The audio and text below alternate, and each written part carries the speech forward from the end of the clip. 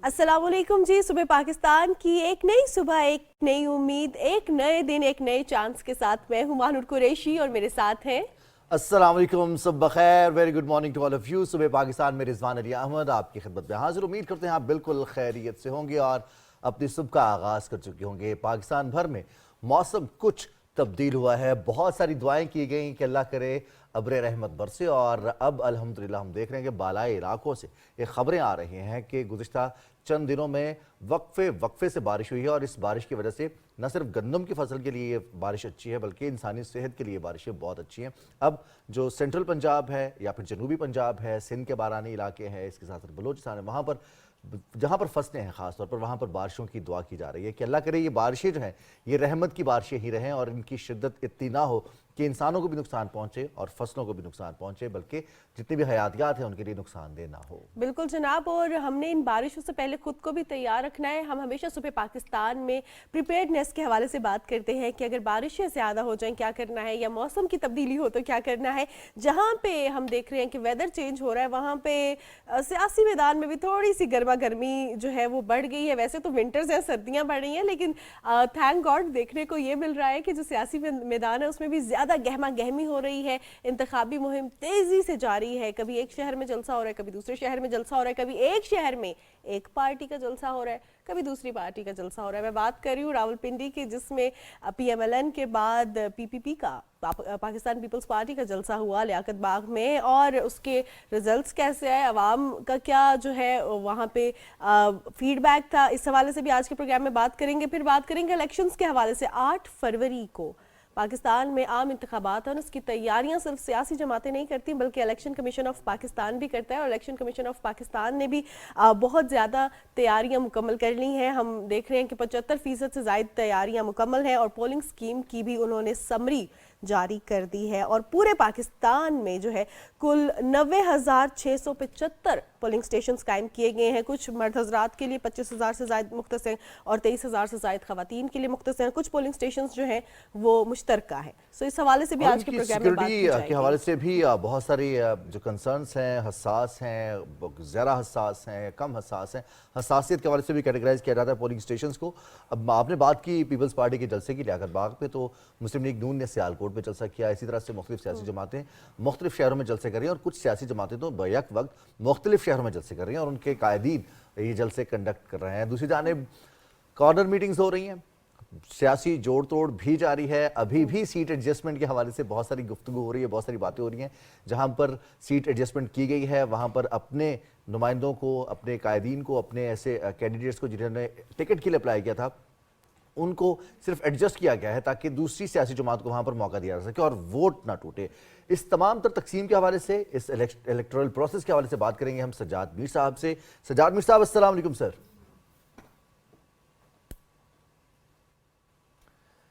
सज्जाद मीर साहब, हम देख रहे हैं कि अब इंतखाबात की गहमा गहमी अपने अरूज पर पहुंच चुकी है और गालिबन 2 हफ्ते से भी कम वक्त रह गया है इंतखाबी मार्के के लिए, और तमाम सियासी जमातें ये मार्का जीतना चाहती हैं। कुछ डायरेक्ट हमला आवर हो रही हैं, एक दूसरे पर लफ्जी गोलाबारी कर रही हैं, और कुछ सियासी जमातें जो दबे अल्फाज में अपने तहफ़्फ़ुज़ात का इजहार भी कर रही हैं दूसरी सियासी जमातों के हवाले से। अच्छा, चंद दिन पहले किसी ने तबसरा किया था कि पहले तो ये लगता था कि इंतखाबात शायद नहीं होंगे, कहीं खुदा खास्ता हो ही ना जाए, और अब वो कहते हैं कि इंतखाबात तो हो रहे हैं। अब बस शक पड़ता है कहीं आखिरी वक्त पे कोई ऐसी बात ना हो जाए कि हम कहें कि इंतखाबात नहीं हो रहे। यानी कि इंतखाबात का होना अब इतना यकीनी लग रहा है कि वो लोग जो कि बहुत मशकूक थे इंतखाबात के बारे में, अब इस बात पे तुल गए हैं कि इंतखाबात तो हो रहे हैं, इसका रिजल्ट क्या निकलेगा। रिजल्ट से मुराद ये नहीं है कि कौन सी पार्टी जीतेगी, कौन सी आगे आएगी और कौन सी जो है हुकूमत बनाएगी, बल्कि इसका मतलब ये है कि इस इंतखाब के नतीजे के तौर पर पाकिस्तान की जो एक जमहूरी एक एक एक समत है वो किस तरफ जाएगी, हम आगे की तरफ बढ़ेंगे कि नहीं बढ़ेंगे। जी। अगर तमाम पार्टियां हारने वाली जीतने वाली सब पार्लियामेंट के अंदर बैठती हैं, ये बड़ा इंपॉर्टेंट बात है कि हारने वाले भी अगर पार्लियामेंट के अंदर बैठ जाते हैं और शोर चाहे मचाते हैं और कहते हैं दादरी हुई है, जैसे कि माजी में कई बार हुआ है कि लोगों ने शोर मचाया, 18 में ही मचाया कि दादरी हुई है, और मौलाना फजल रहमान कहते थे कि नहीं पार्लियामेंट पर नहीं बैठना चाहिए बल्कि हमें सड़कों पर निकलना चाहिए। लेकिन दूसरी पार्टियों ने, बड़ी पार्टियों ने, मुस्लिम लीग ने और पीपल्स पार्टी ने असेंबली में बैठकर जमहूरी अमल को आगे बढ़ाया था। तो अगर ऐसा होता तो ये एक पॉजिटिव साइन होगा। अब ये इम्तहान उनका है जो इंतखाबात हारेंगे। हारने के बाद उन्हें अपोजिशन का रोल पार्लियामेंट के अंदर अदा करना है, बाहर नहीं। शोर जितना चाहे मचाएं, अदालतों में जाके जितना चाहे मुकदमा लड़ें और जो कुछ भी करें, लेकिन असल काम ये है कि वो पार्लियामेंट को मजबूत करें, उसके अंदर बैठे। देखिए, पार्लियामेंट उस वक्त ही मजबूत हुई थी जब 14 के धरने में, मशहूर धरने में, जब तारुल कादरी भी आए थे, हमारे यहाँ से भी पीटीआई के साबिक चेयरमैन जो थे, बानी चेयरमैन जिसे कहा जाता है, वो भी धरना दे के बैठे हुए थे इस्लामाबाद में। तो उस धरने को नाकाम कैसे बनाया गया? सिर्फ इस तरह के पार्लियामेंट इकट्ठी हो गई। जी। जरदारी भी एक तरफ, नवाज शरीफ भी एक तरफ, सारे एक तरफ। उन्होंने कहा जी अब पार्लियामेंट हम मौजूद हैं। यकीनी तौर पर फिर उन कुव्वतों को जो कि कुछ हुकूमत की तब्दीली चाहती थे, गैर सियासी तरीके के साथ, गैर जमहूरी तरीके के साथ, उन्हें नाकामी हुई। तो असल ताकत यह है कि पार्लियामेंट मजबूत हो। अगर इंतखाबात के बाद तमाम पार्टियां, कहा ही जाता है कि पीटीआई भी, खासतौर पर वो अरकान जो बाहर बैठे हुए हैं और पीटीआई के साथ अंदर आएंगे, वो इलेक्शन के बाद बाईकाट का नहीं सोचेंगे बल्कि पार्लियामेंट के अंदर बैठेंगे। कहा जा रहा है, एक असेसमेंट ये है। कुछ लोगों का ख्याल है नहीं, बड़ी जल्दी जमात है, लेकिन अगर वो पार्लियामेंट के अंदर बैठ जाते हैं और जितना भी प्रोटेस्ट होता है वो बजा होता है, तो हम ये समझेंगे कि जमहूरी अमल चल पड़ेगा। अगरचे पहले 4-6 महीने के अंदर खासा शोर शराबा रहेगा, ऊड़ गपाड़ा रहेगा, लेकिन ये तो जमहूरियत में हुआ ही करता है, इसमें तो कोई ऐसी बात नहीं है। हो भी जाए तो क्या हर्ज है। लेकिन अगर ये सफर चल पड़े और 6-7 के महीने के अंदर अंदर हम एक मंजिल की तरफ तो नहीं, मंजिल तक तो नहीं पहुंचेंगे, लेकिन मंजिल की तरफ गामजन होते दिखाई देंगे, तो पाकिस्तान के बहुत से मसाइल हल होते दिखाई देंगे। उनमें सबसे बड़ा मसला मईशत का है, दूसरा सियासी इस्तेहकाम का है, और तीसरा मसला ये है कि हमारी सियासी हुकूमत जो है वो किसी के इशारों पर चलने की बजाय अपने पाँव पर खड़ी नजर आए मैं कह रहा हूँ। पता नहीं होती कि नहीं होती, दुनिया भर में हुकूमतें होती हैं, डीप स्टेट होती हैं, हुकूमत के पीछे भी हुकूमत होती है और बहुत से इदारे होते हैं जो काम करते हैं। सही। सब बातें दुरुस्त हुआ करती हैं, लेकिन सही। पाकिस्तान जी। सजाद मीर साहब, आपने कहा अगर ऐसा हो जाए तो वही बात है कि यूं होता तो कैसा होता, लेकिन अब अगर हम देख रहे हैं कि जमहूरी अमल की तरफ गामजन तो है, लेकिन अवाम उस लेवल की जो है उनका इंथुजिज्म नजर नहीं आ रहा। हमने देखा अभी रावलपिंडी का जलसा, पाकिस्तान मुस्लिम लीग नून का, पाकिस्तान पीपल्स पार्टी का, अब वो जो जिस तरह क्राउड पुलर होते थे, क्या अब वैसे क्या बयानात नहीं दिए जा रहे, वैसी स्पीचेस नहीं की जा रही, या आवाम तंग आ गई है? क्या रीजन है कि हम देख रहे हैं कि वो आउटपुट नजर नहीं आ रहा? आप ठीक कह रहे हैं, मुझे ज़्यादा अंदाज़ा इसलिए नहीं है कि एक ज़माने में तो इन जलसों में हम भी जाया करते थे, डुबकियाँ डालते थे, इंजॉय किया करते थे। वो प्रोफेशनल सियासतदान होने, प्रोफेशनल जर्नलिस्ट होने से पहले भी, तालिब इल्म के तौर पर भी मज़े लिया करते थे। हर जलसे में कोई ख़तरा नहीं हुआ करता था, चाहे मुखालिफ पार्टी का जलसा हो, चाहे अपनी पार्टी का जलसा हो, एक पुरअमन फ़ज़ा होती थी, मज़ा होता था, जाते थे, सुनते थे। चाहे लाहौर के मोची गेट में हो, या कराची के निश्तर पार्क में हो, सारे जलसे में अटेंड किए हैं, बगैर खौफ अटेंड किए हैं। अब तो लोगों को गली मोहल्लों के जलसों में खौफ आता है कि जाने क्या हो जाए, जाने क्या आफत टूट पड़े, कौन से तूफान आ जाए, कौन सी बला आ जाए, कौन सा एक पहाड़ टूट पड़े। ये एक ऐसी फजा है जो कि खौफ की फजा लोगों में पाई जाती है, इसमें कोई शक नहीं है। दूसरी बात है कि बहुत से लोगों को इंटरेस्ट भी कम हो गया है। उन्होंने कहा भाई ये आ जाए, वो आ जाए, या कोई भी आ जाए, हमारी किस्मत में तो वही लिखा हुआ है जो है। मुल्क के वसाइल पर एक इशराफिया का कब्जा है। अच्छा, ये हमारा मसला नहीं है, ये डेमोक्रेसी को इस सवाल को तय करना है। अमेरिका में 1% की मूवमेंट चली थी। 1% से क्या मुराद है? 1% से मुराद ये है कि एक तरफ तो सिर्फ 1% इशराफिया है, वॉल स्ट्रीट इशराफिया है जो मुल्क के तमाम वसाइल पर कब्जा किया हुआ है। दूसरी तरफ 99% के अवाम है।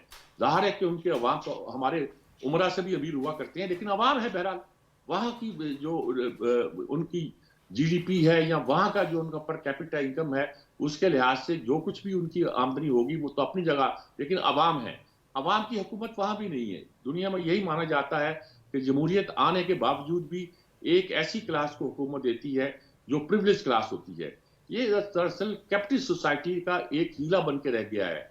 जमहूरी कबा के अंदर एक देव इस्तेमदाद, जिसे इकबाल ने कहा था, वो बन के रह गया है। तो इसका क्या इलाज है? तो इसका इलाज तो ना पाकिस्तान में है ना दुनिया में कहीं और है। और इसके बारे में बड़े बड़े हमारे मुफक्किरीन ने बड़ी राय दी है। छोड़ दीजिए उन मुफक्किरीन को जिनका हम फॉलोअर्स हो सकते हैं, कोई रेनिगेनो हो या कुछ ऐसे हो, फ्रांस के रेनिगेनो हो या कोई हो, बल्कि फ्राइड तक ने कहा है कि इस जमहूरियत के अंदर से तो हमें डिस्ट्रक्शन निकलेगी, और जंग अजीम दोम निकली। लेकिन ये अब बात अपनी जगह, फिर भी ये बात तस्लीम की जाती है कि बेस्ट सिस्टम है जो अभी तक इंसान ने सोचा है या बनाया है, जो चल रहा है, जिस पर चलकर हम कुछ ना कुछ हासिल कर सकते हैं, इंशाल्लाह। क्योंकि इसमें आम आदमी की शिरकत होती है, और शिरकत ही वो चीज है जो इसको जमहूरी बनाती है। बिल्कुल जमहूरी सही। वोट के सिर्फ हक का नाम नहीं है, बल्कि अवाम की राय की शराकत का नाम है जो इसको इम्पोर्टेंट बनाती है। बिल्कुल अगर सही। ये एहसास पैदा हो जाए कि हुकूमत चलाने में उनकी शिरकत शामिल है, उनकी राय शामिल है, उनकी उनकी बात को सुना जा रहा है, तो यकीनी तौर पर फिर चाहे फैसले गलत हों चाहे सही हों, हुकूमत चलती रहेगी, निज़ाम आगे बढ़ता रहेगा। वरना बहुत सी बातें अगर कोई मनमानी करना चाहता है तो उसको कंट्रोल करने के लिए हर मुल्क के अंदर अपना निज़ाम होता है। पिछले सिस्टम में ट्रंप को वहाँ की डीप स्टेट पसंद नहीं करती थी, और उन्होंने उसकी बहुत से कामों को रोकने के लिए बहुत से इकदाम किए नजर आते थे, और अब भी कर रहे हैं। ये बातें अपनी जगह होती है, लेकिन जमहूरियत में असल चीज यही है कि उसके बावजूद भी अवाम की ताकत को माना जाए। जलसों में लोग आते नहीं है, ठीक बात है, लेकिन गिरफ्तारियां भी बड़ी अजीबोगरीब हो रही है ना जी। कल मियां अजहर को गिरफ्तार कर दिया, 82 साल 83 साल उम्र का वो बुजुर्ग आदमी, पंजाब का गवर्नर भी रहा है, और वैसे तो शरीफों के बहुत करीब, यानी मियां शरीफ कहा करते थे मेरा चौथा बेटा है, और बाद में ज़ाहिर इख्तलाफात पैदा हो गए, वो अपनी जगह है। जुबैर हाशमी, जिसको पूरा मुल्क एक बागी लीडर के तौर पर जानती है, उसके घर पे छापा मार, बड़े बड़े ऐसे ऐसे काम हुए हैं जो हैरान कुन है। कुछ कैंडिडेट्स को पकड़ लिया गया और फिर बाद में छोड़ भी दिया गया। पता नहीं ये कोई हदायत के मुताबिक हो रहा है या कोई ओवर रिएक्ट कर रहा है। ये कुछ भी किया जाए, कुछ ऐसी फजा है, लेकिन बहरहाल ये किसी ने ठीक कहा है। वो कल किसी ने जफर अहमद अंसारी साहब को कोट किया था कि वो कहा करते थे कि अडल्ट फ्रेंचाइज पे जब भी इलेक्शन हो तो किसी को उसका बाइकाट नहीं करना चाहिए, बिल्कुल सही। जो बाइकाट का वो मारा जाएगा। और उनका इशारा 85 के इलेक्शन की तरफ था जो गैर जमाती बुनियाद पर हुए, और कुछ जमातों ने उस अपना खुद को उससे अलग रखा और उसका नतीजा भुगता। बेनज़ीर ने तो कहा भी बाद में कि हमारी सबसे बड़ी गलती थी कि हमने उस इलेक्शन का बाइकाट किया था। बहरहाल मैदान सच गया है, और इस सच मैदान में हर जमहूरी ताकत को अपने सर सजाद मीर डालना साहब, बड़ा चाहिए। इंतजार था मुस्लिम लीग नून के मंशूर का, और मंशूर का ऐलान किया गया, और उसमें तमाम पहलुओं का मुस्लिम लीग नून दावा करती है कि हमने तमाम पहलुओं का जो शोबा ज़िंदगी से वाबस्ता है उनका हमने अहाता करने की कोशिश की, और कोई भी ऐसा हदफ नहीं रखा गया, कोई भी ऐसा टारगेट नहीं रखा गया जिसको हम ये कह सकें कि हासिल ना किया जा सका हो। गैर बरई नहीं है, वो तमाम तर ऐसे टारगेट्स हैं, ऐसे अहदाफ है जिनको हासिल किया जा सकता है। तो मंशूर के हवाले से क्या कहते हैं, कितना रियलिस्टिक मंशूर दिया मुस्लिम लीग नून ने? मैं हाजिर था जी वहाँ जब ये मंशूर पेश किया गया, और जिन लोगों ने इसे बनाया है उनकी सलाहियतों से बहुत अच्छी तरह वाकिफ हूँ। इरफान सिद्दीकी तो मेरे रफ़ीक कार भी रहे हैं, और हम तो उन्हें एक जूनियर सहाफ़ी समझते हैं जो बाद में खासे सीनियर और पॉलिटिशियन हो गए हैं। ये सब बातें अपनी जगह दुरुस्त हैं, लेकिन असल बात यह है कि इस मंशूर की तैयारी में उनकी 32 कमेटियों ने काम किया है। और सबसे बड़ा मसला ये था कि आपका 3300 यूनिट बिजली फ्री कर देंगे। कैसे कर देंगे भाई, पैसे कहाँ से आएंगे? आप कहते हो, फिर अगर आप वादे नहीं करते, इतने घर बना देंगे, ये कर देंगे, तो फिर आप क्या करोगे? जी। नवाज शरीफ एक अच्छी बात कहते हैं कि मेरा मंशूर ये है कि जब इस मुल्क में मैं इक़्तिदार में था तो गुर्बत नहीं थी, महंगाई नहीं थी, रोटी इतने की थी, बिजली इतने की थी, सड़कें यूं बन रही थी, मुल्क का ये हाल थे, डॉलर की कीमत ये थी, तो उस सफर को क्यों रोका गया, मुझे क्यों निकाला गया? और मैं जब आऊंगा तो उस सफर को, तरक्की के उस सफर को असर नौ शुरू किया जाएगा। और यही मेरा मंशूर है कि तरक्की का सफर जो रोक दिया गया, किसी ने भी रोका, क्यों कर रोका, अगर इसकी उनकी अलग कहानी है, लेकिन उसको मैंने दोबारा शुरू करना है। यानी कि वो कहते हैं कि मैं वो वादे नहीं करता जो वादे पूरे ना किए जा सकें। मैंने आज तक जो कहा है उसे पूरा किया है, मैं गैर मामूली बात नहीं करूंगा। इस मंशूर में गालिबन यही एहतियात की गई है कि अवाम तो नारों पर, वादों पर जाते हैं, हम क्या करें, लेकिन उसके बाद उन्होंने एहतियात पूरी की है कि कोई ऐसी बात ना करें जो नामुमकिन हो। पुरानी हुकूमतें बदनाम भी हो चुकी कि 50 लाख घर बनाएंगे, पता नहीं 1 करोड़ नौकरियां देंगे, फिर ये करेंगे, और कुछ भी नहीं हुआ। तो अब इस हुकूमत को अगर ये कहे कि हम कुछ भी नहीं देंगे या कुछ भी नहीं दे सकते, उन्होंने कहा कि हमारी तरक्की की रफ्तार ये होगी, महंगाई 10% से कितनी आ जाएगी, 2 साल में इतनी आ जाएगी, 5 साल में हमारी जो तरक्की की रफ्तार है वो 6% तक जाएगी, उसको इस तरह बढ़ना चाहिए, वगैरह वगैरह। पॉसिबल्स को उन्होंने अपने मंशूर का हिस्सा बनाया है और मेरे ख्याल में ये अच्छी बात की है। इसको अवाम बाई करते हैं कि नहीं करते, मेरे ख्याल में लोगों को मंशूर को जरा पढ़ नहीं रहे, देख नहीं रहे, बहुत सही। मंशूर देखे हों। लेकिन सजाद मीर साहब, यही जैसे आपने बात की कि जो काम कोई भी सियासी जमात करती है वही उसका मंशूर होता है, जो प्रैक्टिकली वो कर चुके हैं। इसी तरह अगर पीपल्स पार्टी के हवाले से बात की जाए तो उन्होंने कहा कि लाड़काना बनाएंगे, एक आइडियल उन्होंने जो है लाड़काना को रखा और उसी तरह वो पूरे मुल्क को बनाना चाह रहे हैं, उनका कहना भी यही है। अब आप पीपल्स पार्टी के मंशूर को कैसे देख रहे हैं, उनकी कैंपेन को कैसे देख रहे हैं? मैं आपसे ये भी जानना चाहूंगी क्योंकि फ्रंट फुट पे हमने देखा कि आसिफ अली जरदारी साहब बहुत ज़्यादा उनकी अपीयरेंसेस नहीं हुई और यंग क़यादत जो है वो सामने है। इस चीज़ को आप कैसे देखते हैं? देखें, बिलावल को बहुत सारे खासतौर पर मुस्लिम लीगी जो हैं वो एक नौजवान के तौर पर ले रहे हैं। मैंने बच्चे के तौर पर नहीं कहा, बल्कि कल इसाक डार ने तो कहा, मैं कुछ नहीं कहूँगा। वो तो मुझे अंकल भी कहते थे और ठीक कहते थे कि उनकी माँ जो थी मेरी बहनों की तरह थी, मेरी बिल्कुल बहन थी, तो मैं उसके बारे में कुछ नहीं कहता। जरदारी साहब के बारे में सब जानते हैं और जरदारी साहब खामोश हैं, चुप हैं। उन्हें मालूम है कि आने वाले दिनों में इन्हीं पार्टियों से इत्तेहाद करना करेगा, हुकूमत बनानी पड़ेगी तो उनके बगैर नहीं बन सकेगी, और अगर सियासत करनी पड़ेगी तो उन पार्टियों की बगैर सियासत नहीं करना पड़ेगी।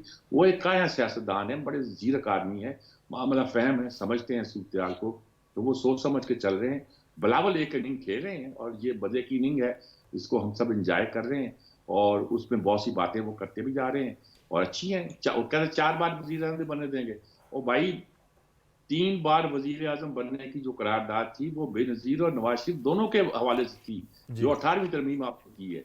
बेनजीर तो शहीद होगी, वरना वो भी तीसरी बार इलेक्ट होती, उसकी जगह जरदारी साहब आ गए जो सदर भी बन गए और उनके तहत 2 वजीर आजम आ गए।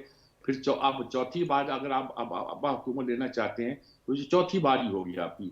उससे पहले छोड़ दीजिए बड़े भुट्टो साहब की हुकूमत और उस दौर को बिल्कुल नजरअंदाज कर दीजिए, या उस दौर को जब बेनजीर और नवाज शरीफ बारी बारी आगे पीछे आते थे, उन हुकूमतों को भी छोड़ दीजिए। तब भी आपने माशाल्लाह बड़ी हुकूमतें इस मुल्क में की हैं और सब बराबर हैं। सज्जाद मीर साहब, सबने मुख्तसरन हम जो बात करते हैं कि क्राउड पुलर लीडरान होते हैं, कायदीन होते हैं और जलसे डिसाइड कर देते हैं, पहले से बता देते हैं कि कौन सी हवा है, किस सियासी जमात की इस मरतबा ज़्यादा से है। लेकिन क्या ये टर्न आउट पर इफेक्ट करेगा कि बड़े बड़े जलसे कामयाबी की ज़मानत होंगे, या फिर अगर छोटे जलसे हैं तो वो क्या पहले से ही दोश्ता रिवार है कि ये सियासी जमातें या ये उम्मीदवार जिनके जलसे में ज़्यादा लोग नहीं आ रहे वो कामयाब नहीं होंगे, कम्पीट नहीं करेंगे?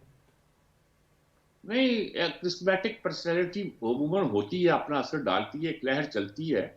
भुट्टो साहब के ज़माने में भी चली थी और ज़माने में चलती है। एक ज़माने में असद खान बड़े डायनेमिक होते थे, लेकिन वोट में ट्रांसफ़र होना जो है ना वो अलग बात होती है। मसला असद खान अपनी पॉपुलैरिटी को वोट में ट्रांसफ़र नहीं कर सके। बहुत चीज़ें होती हैं, आपके पास कारकुन कितने हैं, पोलिंग एजेंट आपके पहुंचते कि नहीं पहुंचते, आप लोगों को लेके आते कि नहीं आते, आप लोगों तक पहुंच पाते हैं कि नहीं पहुंच पाते। इलेक्शन की अपनी एक डायनेमिक्स होती है, वो कौन फॉलो कर पाता है, कौन फॉलो नहीं कर पाता, ये बड़ी सोचने की बात होती है, देखने की बात होती है। अभी इलेक्शन शुरू हुआ है, अब देखिए इलेक्शन शुरू हुआ है तो नवाज शरीफ की पॉपुलैरिटी जो पहले कम थी, इलेक्शन के चंद दिनों के बाद गैलप जो एक ऑथेंटिक वो सर्वे नहीं करता जो जी। बाकी बहुत से लोग कर देते हैं, उसका सर्वे ये है कि उसकी मकबूलियत बढ़ी है। क्यों बढ़ी है?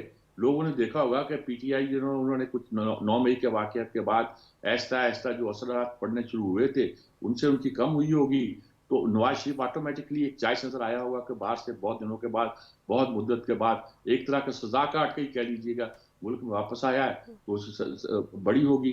फिर उसने उसका बयानिया बड़ा सिंपल है कि जब मैं था तो ये था, अब ये है तो ये है, मुझे निकाला गया। और वो उसके दरमियान का जो दौर है, चाहे शाहिद खान अब्बासी का, चाहे शहबाज शरीफ का, उसको टोटली वो नहीं करता।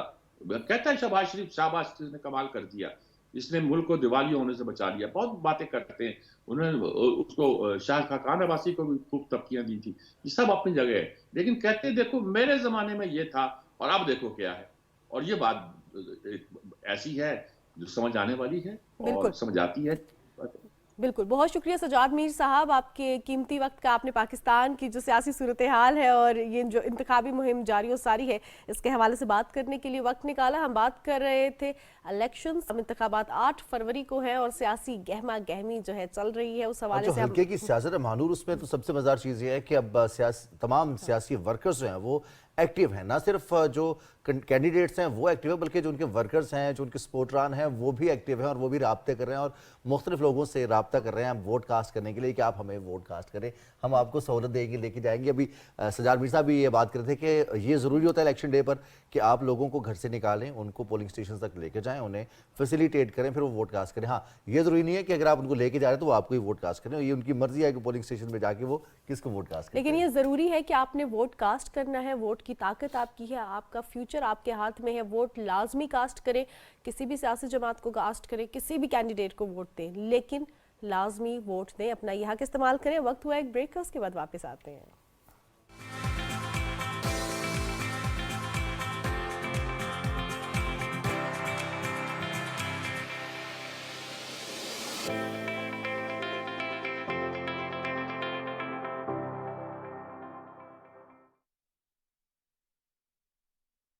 टेक कौन सी है 14। मैं हूं तौसीक हैदर और ये है ट्रेन राइजिंग पाकिस्तान की। सबसे पहले आपको लेकर जाते हैं इस ट्रेन के पहले स्टॉप पर, जहां पर प्यारे प्यारे बच्चे हर दिन आपको ले जाते हैं एक नई दुनिया में। चाहे वो VFX और CGI की इमेजिनेटिव दुनिया हो या स्पेस और गैलेक्सीज की खबरें, तालीम, खेल, सेहत, सियाहत, बहुत कुछ है। आप बताएं, आप क्या सुनना पसंद करेंगे? सोशल मीडिया के डॉक्टर से पूछ कर बताओ। रील्स लगाएं सुबह दोपहर शाम और स्टोरीज हस्बे जरूरत। स्टोरीज तो फिल्मों और ड्रामों में होती हैं, जिनके लिए चाहिए होता है एक जबरदस्त सा टीवी लाउंज, खूबसूरत लाइटिंग, रिलैक्सिंग सोफास, ताकि आप अपनी फैमिली के साथ एंजॉय कर सकें। इस सब के लिए चाहिए मगर अच्छी सेहत। रुकना मत भूलिएगा मेरे स्टेशन पर, क्योंकि मैं रखता हूँ सबको फिट। राइजिंग पाकिस्तान की ये ट्रेन हम ऐसे चलाते हैं, एंड 3 एंड 2 एंड 1।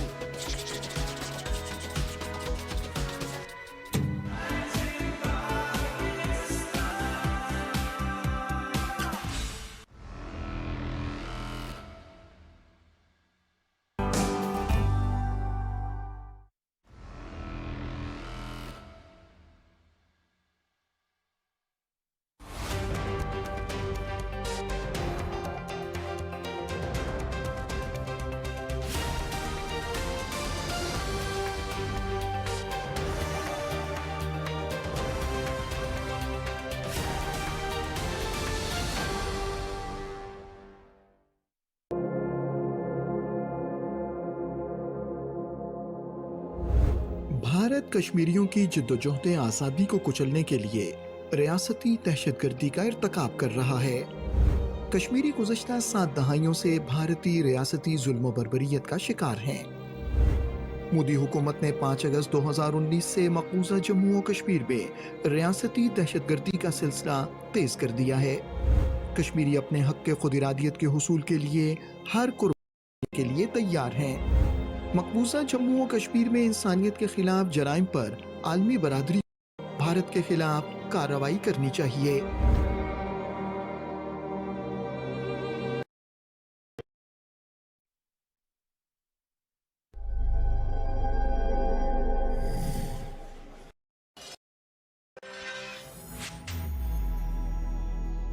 बचत अपनाएं, मईशत बचाएं।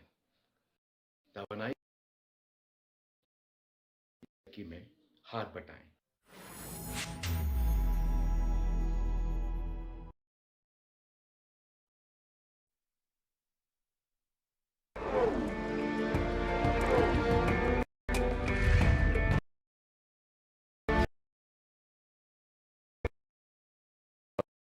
जना ने फरमाया, मुत्तहिद होकर रहिए, सिर्फ इसी तरीके से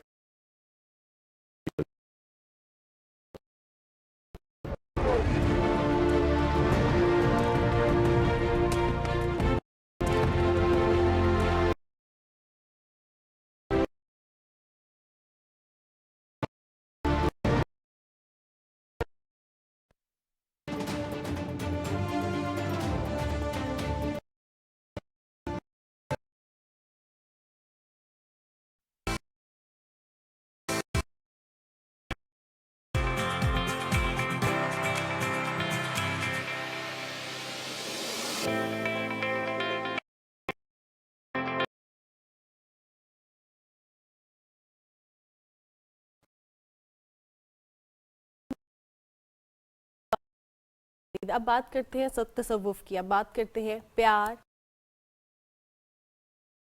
जिन्होंने के हवाले से बात की, दो हिलाया। हम बात करें हजरत जलालुद्दीन रूमी की, जिनके हवाले से अगर हम बात करें तो हमें फिलॉसफी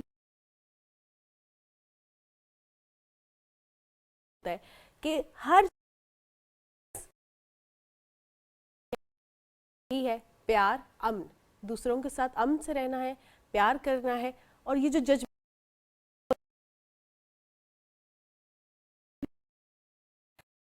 किसी को समझें कि वो किस कंडीशन में है, किस प्रॉब्लम में है।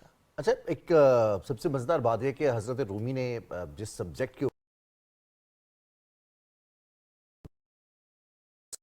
उसको बयान करने के लिए जिस तरह का उन्होंने अंदाज इख्तियार किया, उस उनको बेमिसल कर दिया और से अलग हो गया। और अब बहुत सारे स्टूडेंट्स ऐसे हैं, बहुत सारे नौजवान ऐसे हैं जो हज़रत रूमी की कहावतों पर, उनकी सेइंग्स पर, उनकी तसनीफ़ के ऊपर रिसर्च करते हैं और फिर उसमें PhDs भी कर रहे हैं। अब फ़लसफ़े में जो ख़यालात का इजहार करना होता है, अंदाज से करना है, सुनने वाले पर उसका क्या असर होगा। हर फ़लसफ़ा तो है, हर जगह, हर चीज़ में फ़लसफ़ा है। जैसे हज़रत रूमी ने कहा था ना कि इंसान अपने आप को अकेला समझता है, लेकिन इंसान के अंदर पूरी की पूरी कायनात मौजूद है। तो इस फ़लसफ़े को बयान करना और समझाना ये बहुत कमाल की चीज़ है और हज़रत रूमी इसमें यकता है और वो हमेशा रहेंगे। बिल्कुल जनाब, जहां हम फ़लसफ़े के हवाले से बात करते हैं, फ़लसफ़ा उम्मीद है। फ़लसफ़ा आपको ज़िंदगी के अंधेरों से निकालता है और बताता है कि ज़िंदगी की हकीकत क्या है। अगर हम फ़लसफ़े के हवाले से बात कर रहे हैं तो मौलाना जलालुद्दीन रूमी एक बहुत बड़े सूफ़ी हैं और इस पर उनकी जो टीचिंग्स हैं, उनके जो पैगामात हैं, उस पर बात करने के लिए आज हमारे साथ प्रोग्राम में अली नौशरवान हामिद साहब मौजूद हैं। अस्सलाम वालेकुम अली, कैसे हैं आप?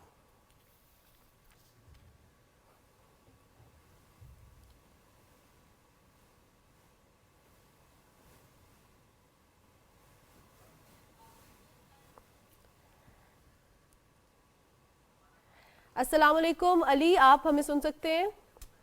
अली नौशरवान साहब से हम रब्ता कर रहे हैं और उनसे बात करेंगे। मौलाना रूमी ने तसव्वुफ के हवाले से, ज़िंदगी के मुतल्लिक़ और फ़लसफ़े के हवाले से जो कहा है, जो उनकी तसनीफ़ है, जो उनकी कहावतें हैं, उनको कोट किया जाता है। और अब तो ख़ास तौर पर ज़्यादा ज़रूरी ये होता है कि आप किस मीडियम से बात करते हैं। तो लैंग्वेज जैसे हम कहते हैं मीडियम है, आप इसमें कम्युनिकेट करते हैं, लेकिन जो सुनने वाला है उसको समझ भी आ रहा है, जो आप कहना चाह रहे हैं वो उसको एब्जॉर्ब करता है, जज़ब करता है, फिर उसका मतलब समझता है और फिर उसके मुताबिक अपनी ज़िंदगी को ढालता है। और ज़िंदगी की हर चीज़ में फ़लसफ़ा है रिजवान। अगर हम ज़िंदगी की कोई भी हकीकत समझें, सुबह जो हम देखते हैं तलुए आफ्ताब है, गुरूब आफ्ताब है, इस सब में फ़लसफ़ा है। और फ़लसफ़े की बुनियाद जो थी, ये शुरू हुआ यूनान से और उसके बाद अब पूरी दुनिया में फ़लसफ़े की तालीम भी हासिल की जाती है, उसको समझने की कोशिश भी की जाती है। और जो हमारे सूफिया कराम है, जो हमारे शायर हैं, उनके फ़लसफ़े पे प्रॉपर रिसर्च भी होती है। सो हम बात कर रहे हैं मौलाना जलालुद्दीन रूमी की और इस पर बात करने के लिए हमारे साथ प्रोग्राम में अली नौशरवान हामिद मौजूद है। अस्सलाम वालेकुम अली।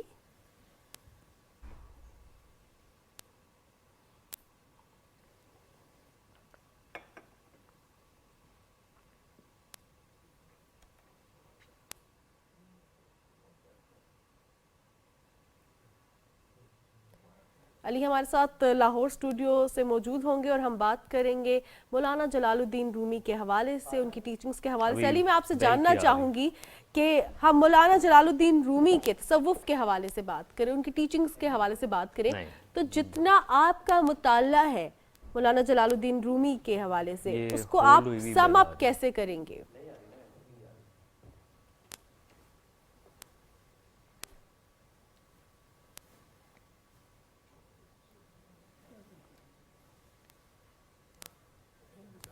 जी अली नौशरवान हामिद से भी हम बात करने की कोशिश कर रहे हैं ताकि हम समझ सकें कि जो मुतालिया करने वाला होता है उसकी अंडरस्टैंडिंग मुख्तलिफ होती है। और हम बहुत दफ़ा ऐसा होता है कि हम कुछ तहरीरें हमारे सामने होती है, जब हम उनको पढ़ते हैं तो उनका एक मतलब समझ आता है। जब हम कुछ दिन के बाद या उसी दिन शाम में दोबारा पढ़ते हैं किसी भी कोटेशन को, तो उसका हमें मतलब मुख्तलिफ नज़र आता है। हमारी ज़िंदगी में जो हमारे सर्कमस्टांसेस हैं, जो हमारे हालात हैं, जो जिस फेज़ से हम गुजर रहे हैं, ज़हनी तौर पर हों, फाइनेंशियली हो, हम फिज़िकली हों, किसी एक ख़ास एज में हों, या फिर जो हमारे मसाइल हैं, माशरती मसाइल हों, हमारे समाजी हो या फिर ज़ाती मसाइल हों, उसमें वो कोटेशंस हमें हेल्प आउट करती हैं, फिर हम उनको समझने की कोशिश करते हैं उनसे रिलेट करके। और ये जो रिलेशन बनाता है इंसान, ये जो रिलेटिविटी निकालता है इंसान किसी भी मामले की और उसको हल करने की कोशिश करता है, ये भी इंसानी फितरत का एक हिस्सा है। और इसमें भी अल्लाह ताला ने इंसान को समझ बूझ दी है कि वो मामलात को देखता है, समझता है और फिर दूसरों की गाइडलाइंस को महसूस करता है, उनको फॉलो करता है, फिर हल निकालता है मसले। बिल्कुल, और कहते हैं कि ज़िंदगी का जो फ़लसफ़ा है, अगर आपको ये समझ आ जाए तो बहुत से आपकी जो ज़िंदगी के मसाइल हैं वो हल हो जाते हैं। हमारे जो शोरा कराम हैं या हम देखते हैं कि जो सूफ़ी कराम हैं, उन्होंने ऐसे ऐसे ज़िंदगी के जो फ़लसफ़े हैं वो बयान किए हैं ताकि हम समझ सकें और मुश्किलात से निकल सकें। रिजवान, अक्सर औक़ात हम स्टूडेंट्स को देखते हैं, लिटरेचर के स्टूडेंट्स जो पढ़ते हैं, डिफरेंट सेंट्स को जो पढ़ रहे होते हैं, डिफरेंट फ़िलासफ़र्स को, अगर जब हम उनके थीसिस या उनकी रिसर्च को देखें तो एक उस पर जो रिसर्च की फाइंडिंग्स होती हैं वो ये है कि उस फ़लसफ़े से मुख्तलिफ फ़लसफ़े निकलते हैं, वो कोई क्लोज एंडेड फ़लसफ़ा नहीं होता। ज़िंदगी का फ़लसफ़ा ये है। एक और मज़ेदार चीज़ है ना कि फ़लसफ़े की बात अगर किसी को बताई जाए तो आपको समटाइम्स सामने से सुनने को ये मिलता है कि आप फ़लसफ़ी ना बने, हमें सीधी सीधी बात बता दें। तो फ़लसफ़े में होता ही है कि वही बात आपको समझाने के अंदाज में बताई जाती है। और फ़लसफ़े का जब जिक्र आता है तो फिर हम यूनान को कैसे भूल सकते हैं, जहाँ पर बड़े बड़े फ़लसफ़ी पैदा हुए और उन्होंने फ़लसफ़े की असल में बुनियाद भी रखी कि फ़लसफ़े को बाकायदा एक मौजू के तौर पर, एक सब्जेक्ट के तौर पर मुतारिफ़ करवाया। अब फ़लसफ़ा अगर हम यूनान की बात करें और चिली की बात करें तो ये वो फ़लसफ़े हैं जिसने पूरी दुनिया में मकबूलियत हासिल की थी। अब हमारे यहाँ जब हम जिक्र करते हैं अपनी ज़बान में, अपने इलाके के कल्चर के हवाले से, अपने अदब के हवाले से, और फिर उसमें जो तसव्वुफ़ का एलिमेंट आ जाता है, उसकी वजह से बिल्कुल ही मुनफरिद हो जाता है इंसान को समझने। बुनियादी तौर पर इंसान एक इकाई है इस कायनात की, तो इस इकाई को समझना और इस इकाई में पूरी यूनिवर्स का होना, कायनात का मौजूद होना, यही हज़रत जलालुद्दीन रूमी ने कहा था।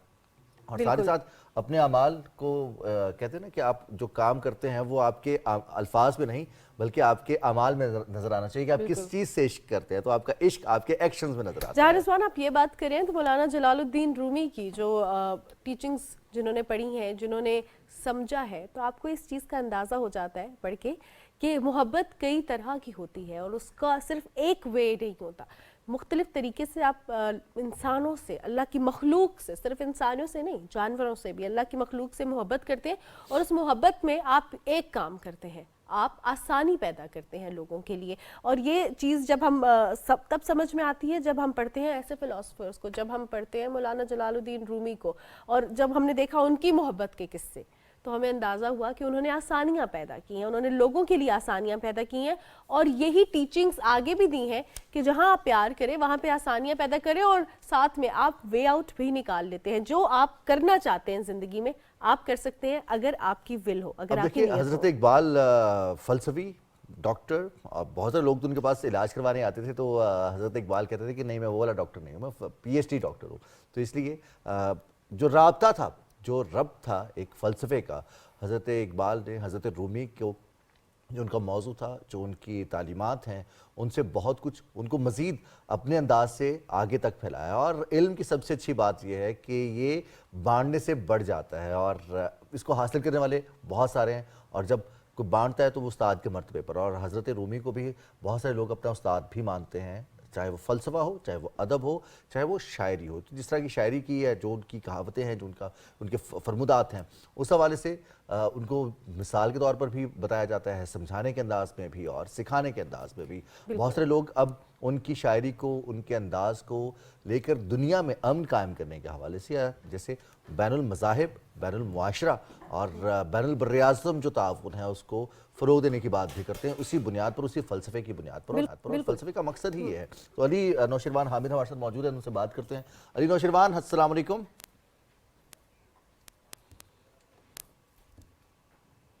अस्सलाम वालेकुम।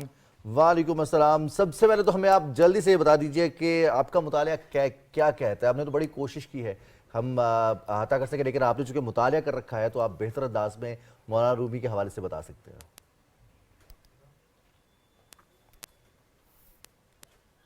अच्छा, मैं आपको बताऊं कि मैं स्टडी करता हूं लॉजिक, जो कि मिक्स है मैथ और फिलॉसफी का। सही सही। तो अली उसके हवाले से बताइएगा, जब लॉजिक की हम बात करते हैं तो मौलाना रूमी ने जो प्यार, मोहब्बत और अमन का दर्स दिया, क्या लॉजिक थी इसके पीछे, क्या इसका जो हमारा निज़ाम है इसके साथ क्या ताल्लुक है, क्या लॉजिक है इसकी?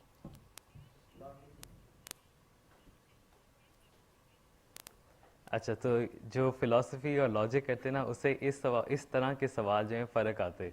तो हम जो समझते हैं लॉजिक को, वो हम ये कहते कि सोचने के जो हमारे तरीके हैं, हम उनमें देखते कि क्या क्या रूल्स हैं, हम क्या सोचते हैं। हम जब कहते हैं कि एक चीज़ से दूसरी चीज़ फॉलो करती है, तो हम किस तरह ये चीज़ सोचते हैं, क्या रूल्स हम रखते हैं। हम अब उन रूल्स को स्टडी करते हैं, हम कहते हैं कि अच्छा ये जो रूल्स हैं इनसे क्या चीज़ें फॉलो करती हैं, नहीं करती। अब वो आप इस तरह सोच सकते हैं जिस तरह मैथ आप पढ़ते, तो मैथ ये बता देगी कि 2 में 3 जमा करो 5 मिल जाएगा। अब वो ये नहीं पता चलता कि वो 5 सेब मिलेंगे, 5 टेबल मिलेगी। तो लॉजिक से आपको ये जवाब नहीं मिलेगा कि प्यार क्या है, ज़िंदगी कैसे जीनी चाहिए। वो ये बताएगा कि अगर आप इस तरह सोचते हो तो इसका नतीजा क्या है, इससे आगे क्या बात निकलती है। तो ये उस तरह की अप्रोच है। तो आप उस किधर अप्लाई करते हो वो आपकी अपनी मर्ज़ी है। अब आप कहाँ से शुरू करते हो, किन चीज़ों को बिलीव करते हो, वो आपकी अपनी मर्ज़ी है। लॉजिक आपको ये बताएगा कि एक जगह से दूसरी जगह सही तरह किस तरह पहुँचना है। सही सही। अली, अच्छा, जिस तरह आपने लॉजिक और फिलॉसफी के हवाले से बताया, मैं आपसे ये जानना चाहूँगी कि मौलाना रूमी की जो टीचिंग्स हैं, इसको अगर आप सम अप करें तो आप किस तरह करेंगे कि क्या क्या उनकी तालीमात थी, क्या क्या सिखाया उन्होंने?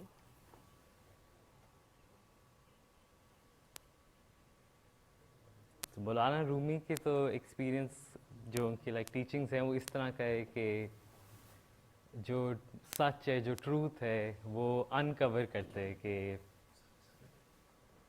पोइट्री या फिर डांसिंग जो है वो इस तरह की एक्टिविटीज़ करते हैं कि जिससे जो खुदा है वो सच जो है उसका लाइक झलका दिखाए, हल्का सा कुछ हमें थोड़ा सा मिल जाए। उसे कि आप मेहनत करके हद तक पहुंच सकते हैं, लेकिन एक और लेयर है जो बस खुदा की तरफ से मिलता है। तो उसमें ये है कि एक वेल का पर्दे का जो है कॉन्सेप्ट है कि लाइक वो पर्दे की तरह कभी हटता है, कभी वापस आ जाता है। तो उसमें जो है वो सूफियाना तरीके से आप बस उस पे आप सोचते हो, आप उस पे पर्दे को हटा के कोई रोशनी लेना चाहते हो, आप उसका कोशिश करते हो। बिल्कुल सही। और एक्सप्रेशन के ऊपर तो बहुत ज़्यादा जोर दिया, इजहार के ऊपर कि आप जिस भी फील्ड में जो भी आपका मन में है उसका इजहार ज़रूरी है, उसका अंदाज मुख्तलिफ हो सकता है। फ्रेडरिश निश्ते के फ़लसफ़े के हवाले से क्या कहेंगे?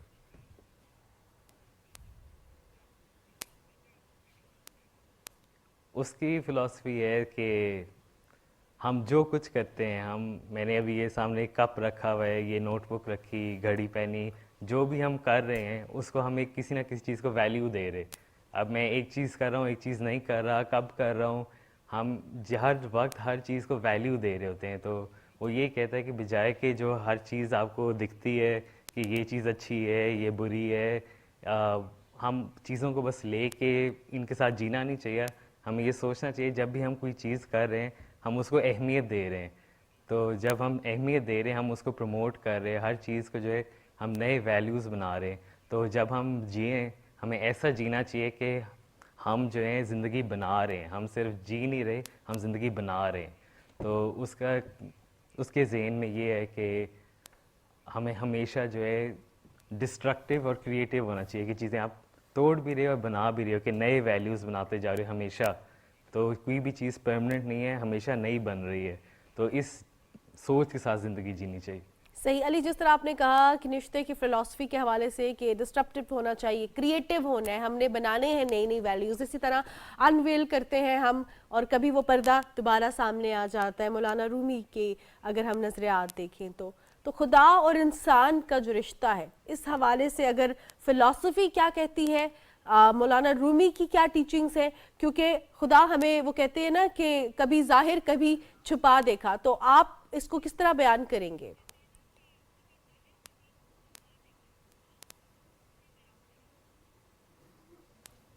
ये बहुत मुश्किल सवाल है कम टाइम के लिए, इसके लिए बहुत ज़्यादा टाइम चाहिए होगा और फिर भी शायद ये आंसर ना कर पाए। चलिए इंशाल्लाह कोशिश करेंगे हम तवील बैठक भी रखें आपके साथ और उसमें हम फ़लसफ़ा समझने की कोशिश करें और जो महानूर का सवाल है, जो हमारा सवाल है, हम उसका जवाब भी हासिल कर सकें। अली नौशरवान हामिद, आपका बहुत शुक्रिया। आप बहुत कम वक्त के लिए आए, लेकिन सुबह पाकिस्तान में हम कुछ फ़लसफ़ा समझने की कोशिश करते हैं और ख़ासतौर पर जब भी फ़लसफ़े का जिक्र आता है तो हज़रत रूमी का जिक्र लाज़मी आता है। बिल्कुल जनाब, लेकिन अब वक्त हुआ है न्यूज़ ब्रेक का, उसके बाद आएंगे। देखते रहे PTV न्यूज़।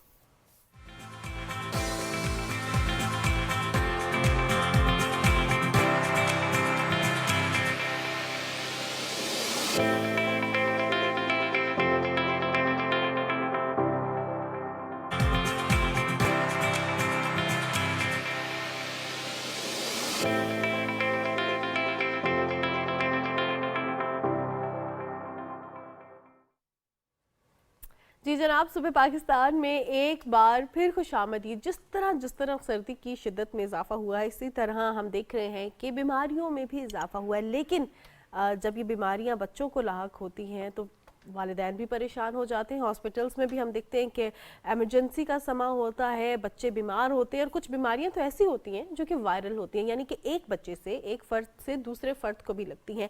नज़ला, जुकाम, खांसी ऐसी ही बीमारियां हैं, लेकिन जब ये एग्रीवेट करती हैं। महानूर, आपने कहा ना कि बच्चों को बीमारियां लगती हैं या खुदा न खास्ता बीमार होते हैं तो वालिदैन परेशान होते हैं। कुछ वालिदैन ऐसे होते हैं जो बीमार होते हैं तो बच्चे परेशान हो जाते हैं। हम बात कर रहे हैं बड़ी एज के जो हमारे बुजुर्ग हैं, घरों में मौजूद हैं, इस मौसम में उनके ऊपर भी उतना ही इम्पैक्ट आता है, उतना ही असर आता है जितना बच्चे एक्सपोज होते हैं। बच्चों के लिए खतरात बढ़ जाते हैं। तभी कहते हैं बच्चे और बुजुर्ग बराबर हैं, है ना? हाँ, और उसकी और भी बहुत सारी वजूहात है कि बच्चे और बुजुर्ग क्यों बराबर होते हैं। उसमें जो नाज नखरे होते हैं वो भी एक तरह से हो जाते हैं। खैर, हम बात करें कुछ सर्दी के मौसम और इसकी वजह से होने वाली बीमारियों की और नज़ला ज़ुकाम की हम बात करेंगे। लेकिन नज़ला ज़ुकाम, अगर नज़ला ज़ुकाम रहे तो ठीक है, लेकिन इसकी वजह से अगर बुखार होना शुरू हो या फिर ये तवील होना शुरू हो और इसकी वजह से इंसानी सेहत पर ख़तरनाक असरात, ख़तरनाक सिम्टम सामने आना शुरू हो, तो फिर आपको अपने मुआलिज से रब्ता करना चाहिए और इलाज में देर नहीं करनी चाहिए। बिल्कुल जनाब, जहां हम देखते हैं नज़ला ज़ुकाम बहुत कॉमन है, तो अभी रवा मौसम सरमा में बहुत ज़्यादा निमोनिया के केसेस, बच्चों में निमोनिया के केसेस बहुत ज़्यादा सामने आ रहे हैं। फेफड़ों की इन्फेक्शन को बेसिकली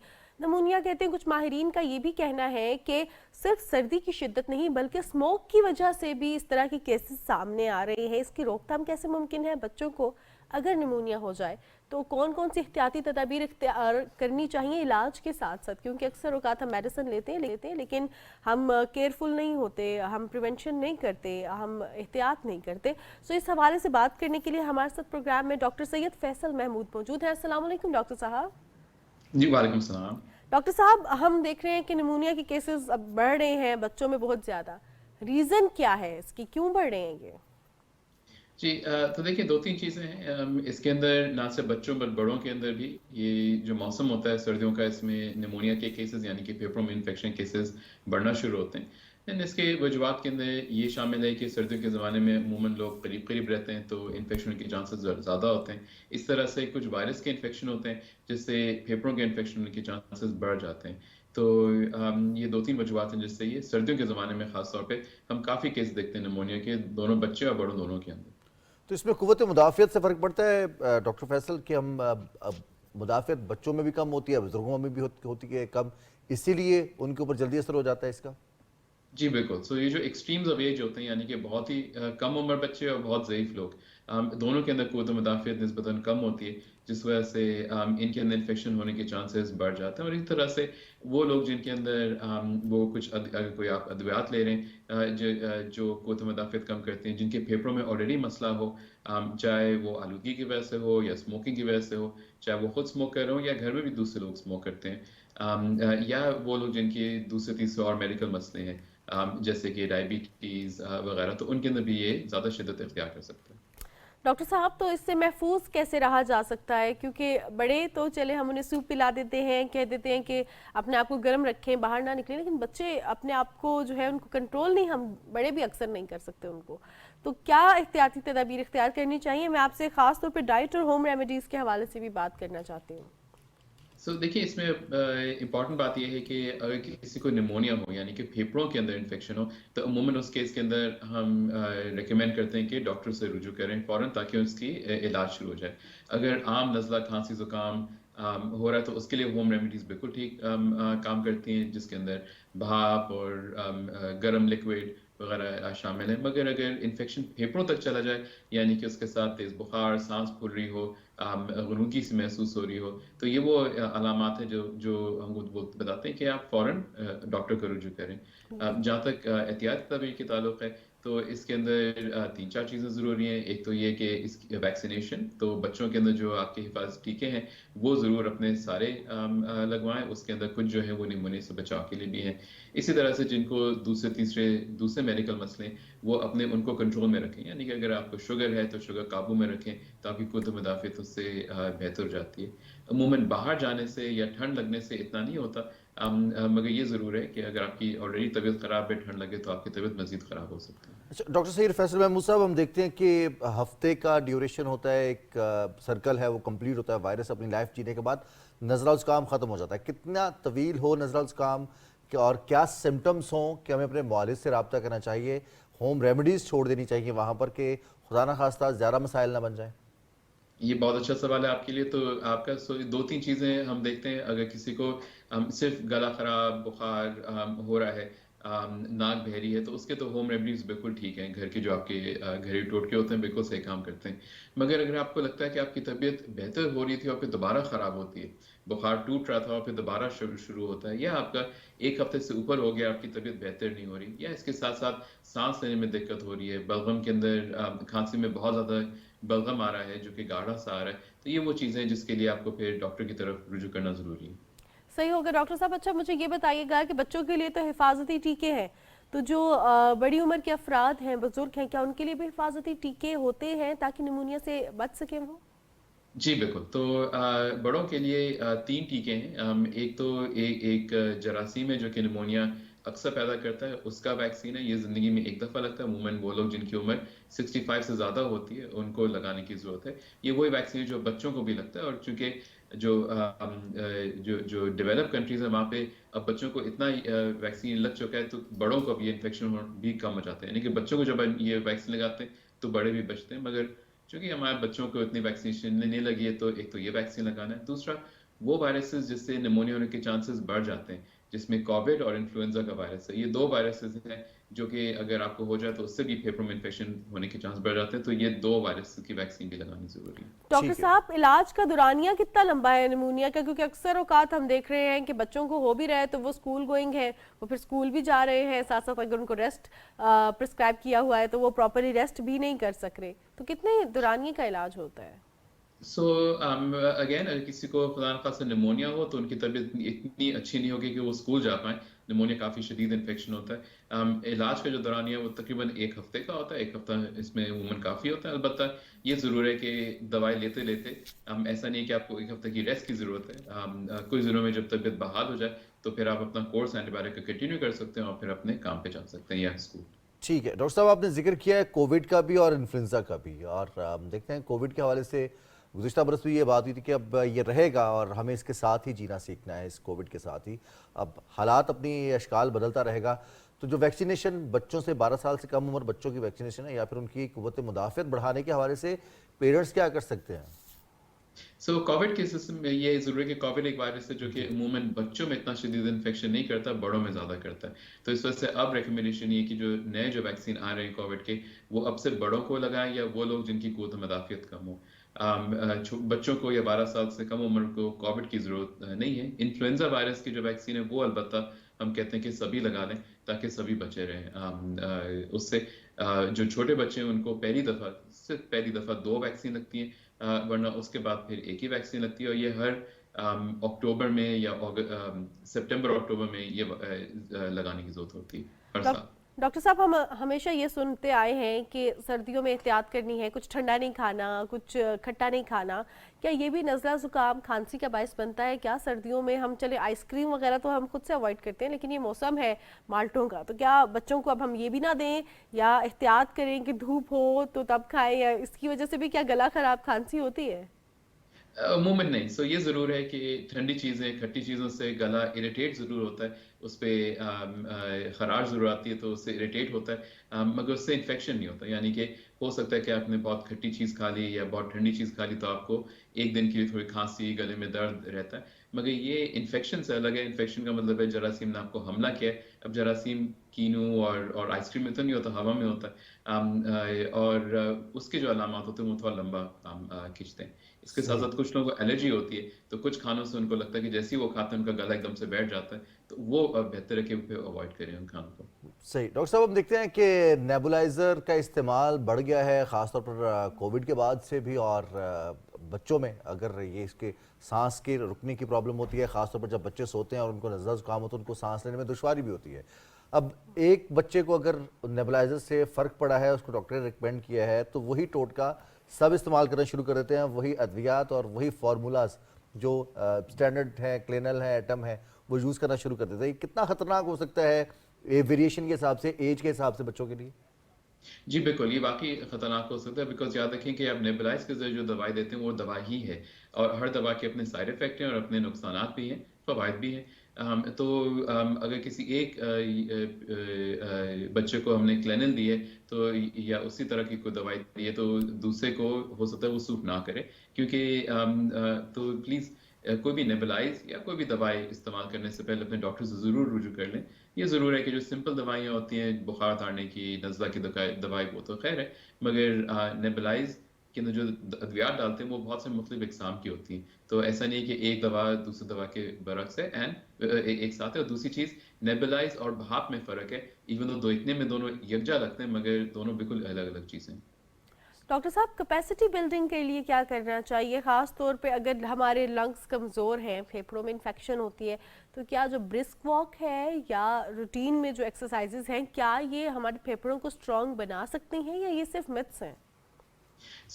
फेफड़ों को स्ट्रॉन्ग बनाने के लिए एक दो चीज़ें तो बहुत ज़रूरी है कि फेफड़ों को वीक करने वाली चीज़ें ना करें, यानी कि सिगरेट स्मोकिंग, स्पेशली वेपिंग, शीशा, ये जो है ये आपके फेफड़ों को कमज़ोर करती हैं। और याद रखें कि ये सिर्फ उन लोगों के फेफड़ों को कमज़ोर नहीं करती जो कि ये इस्तेमाल कर रहे हैं, मगर उनके आसपास जो लोग हैं उनको भी।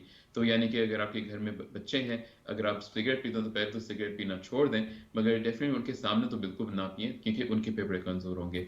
जहाँ तक एक्सरसाइज का ताल्लुक है, तो एक्सरसाइज बिल्कुल आपके लंग्स को स्ट्रेंथन करता है, ना सिर्फ लंग्स को, ना सिर्फ फेफड़ों को, मगर पूरे जिस्म को, दिल को, दिमाग को, सबको। तो वर्जिश बहुत ज़रूरी है इसके साथ। एंड देन आखिरी चीज़ ये कि अगर आप ऐसी जगह पे काम करते हैं जहाँ पे बहुत धूल मिट्टी वगैरह हो, तो फिर मास्क का इस्तेमाल करें, खासतौर पे थोड़ा सा टाइट वाला मास्क, ताकि वो आपके फेफड़ों में ना जाए।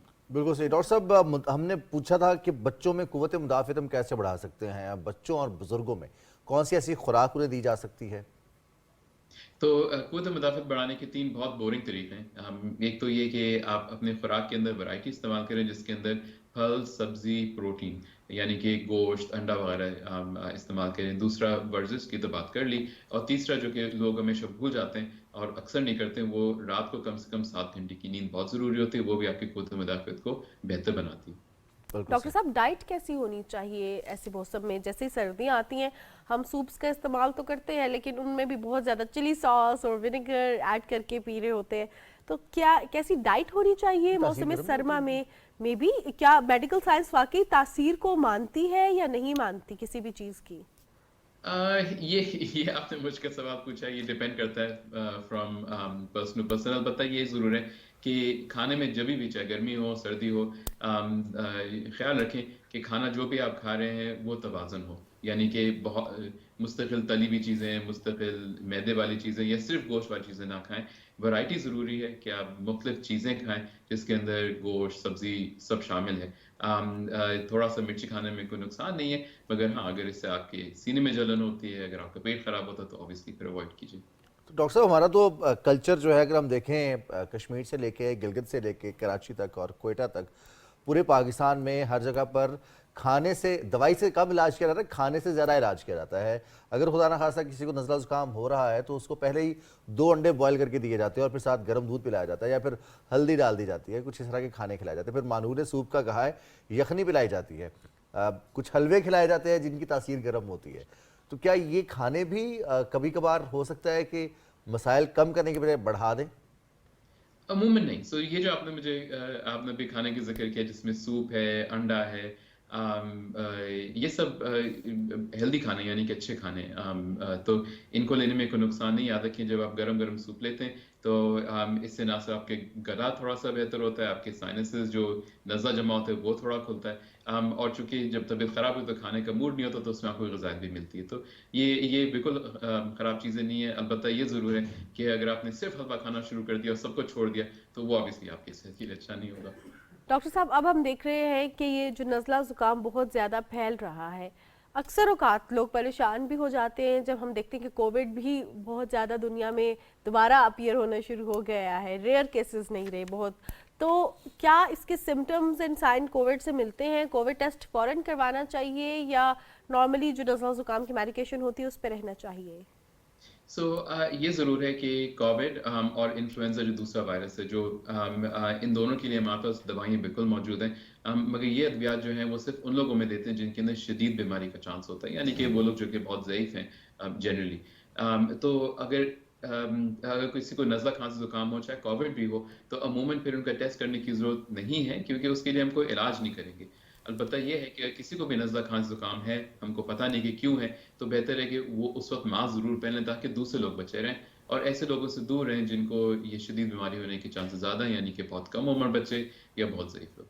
तो डॉक्टर साहब, इस मौसम में दीगर बीमारियां भी हो सकती हैं इसी वजह से, जब इम्यूनिटी ऑलरेडी कमज़ोर है और एक वायरस ने अटैक कर रखा है तो इस ज़्यादा एक्सपोज हो सकता है, चाहे बच्चा हो या बुजुर्ग हो, चाहे जवान भी हो? तो देखिए इस सीज़न के अंदर बिल्कुल एक्सपोजर बढ़ जाता है। बहुत सारी वजूहत हैं, सर्दी और खुश मौसम के अंदर ये वायरस ज़्यादा फैलते हैं। इस टाइम पे दावतें ज़्यादा होती हैं, शादियाँ का सीज़न है तो लोग मिलजुल भी ज़्यादा कर रहे होते हैं इस दौरान, तो वायरस लगने के चांस ज़्यादा हैं। अलबत्ता ये ज़रूर है कि अब फरवरी आ गया है, अब हमारा ये जो इन्फेक्शन है वो अब थोड़ा तब्दील होंगे। अब नज़ला खांसी से हटके अब थोड़ा सा मीजल्स, चिकन पॉक्स, इसका सीज़न अभी हमारा शुरू होने वाला है, क्योंकि हमारे भी वायरसेस फलों की तरह अपने अपने सीज़नों में आते हैं। डॉक्टर साहब, क्या इस चीज़ में कुछ सच्चाई है? जिस तरह आपने कहा सीज़न है कि वायरस की जो परवरिश है वो फ्लरिश करता है सर्दियों में, क्या इस चीज़ में कुछ सच्चाई है? तभी कहा यह जाता है कि कोविड हो चाहे नज़ला ज़ुकाम हो या कोई भी वायरल बीमारी हो वो सर्दियों में ज़्यादा फैलती है, या ये सिर्फ मिथ ही है? नहीं, ये मिथ नहीं है। जो वो वायरसेस जो कि अमूमन नज़ला खांसी पैदा करते हैं, जिसमें बहुत सारे वायरसेस हैं, वो खुश्क ठंडे मौसम में थोड़ा ज़्यादा अच्छी तरह फैलते हैं। और दूसरा ऐसे मौसम के लोग अमूमन ज़्यादा करीब रहते हैं, घर में ज़्यादा रहते हैं, बाहर कम निकलते हैं, तो बिल्कुल ये सीज़न में डेफिनेटली हमारे ये वाले वायरसेस ज़्यादा फैलते हैं। डॉक्टर सईद फैसल महमूद साहब ने जिक्र कर ही दिया है खसरा और चिकन पॉक्स, मीजल्स, तो हमारे नाज़रीन के लिए ये बता दें कि ये किस एज ब्रैकेट में बच्चों को शुरू होते हैं और कब बच्चों को डॉक्टर से रुजू करना चाहिए और कौन सी ऐसी निशानियां या कैसी अलामात हैं जिस पर उन्हें ज़्यादा परेशान नहीं होना चाहिए? तो ये सारे जो इन्फेक्शंस हैं, एक तो नंबर वन बात बहुत ज़रूरी वो ये है कि वैक्सीनेशन से बहुत सारे जो हमारे ये वाले जो बचपन वाले जो बीमारियां हैं ये हम बच सकते हैं, और ये ख़ास तौर पे सिवियर या ज़्यादा शदीद भी हो सकते हैं। अगर किसी को आपको लगता है बुखार है और कहीं ना कहीं खारिश निकली हुई है, चाहे वो दाने नुमा हो या पूरे जिस्म के ऊपर सुर्खी हो रही हो, तो डेफिनेटली अपने डॉक्टर से रुजू करें ताकि उसका हम इलाज कर सकें।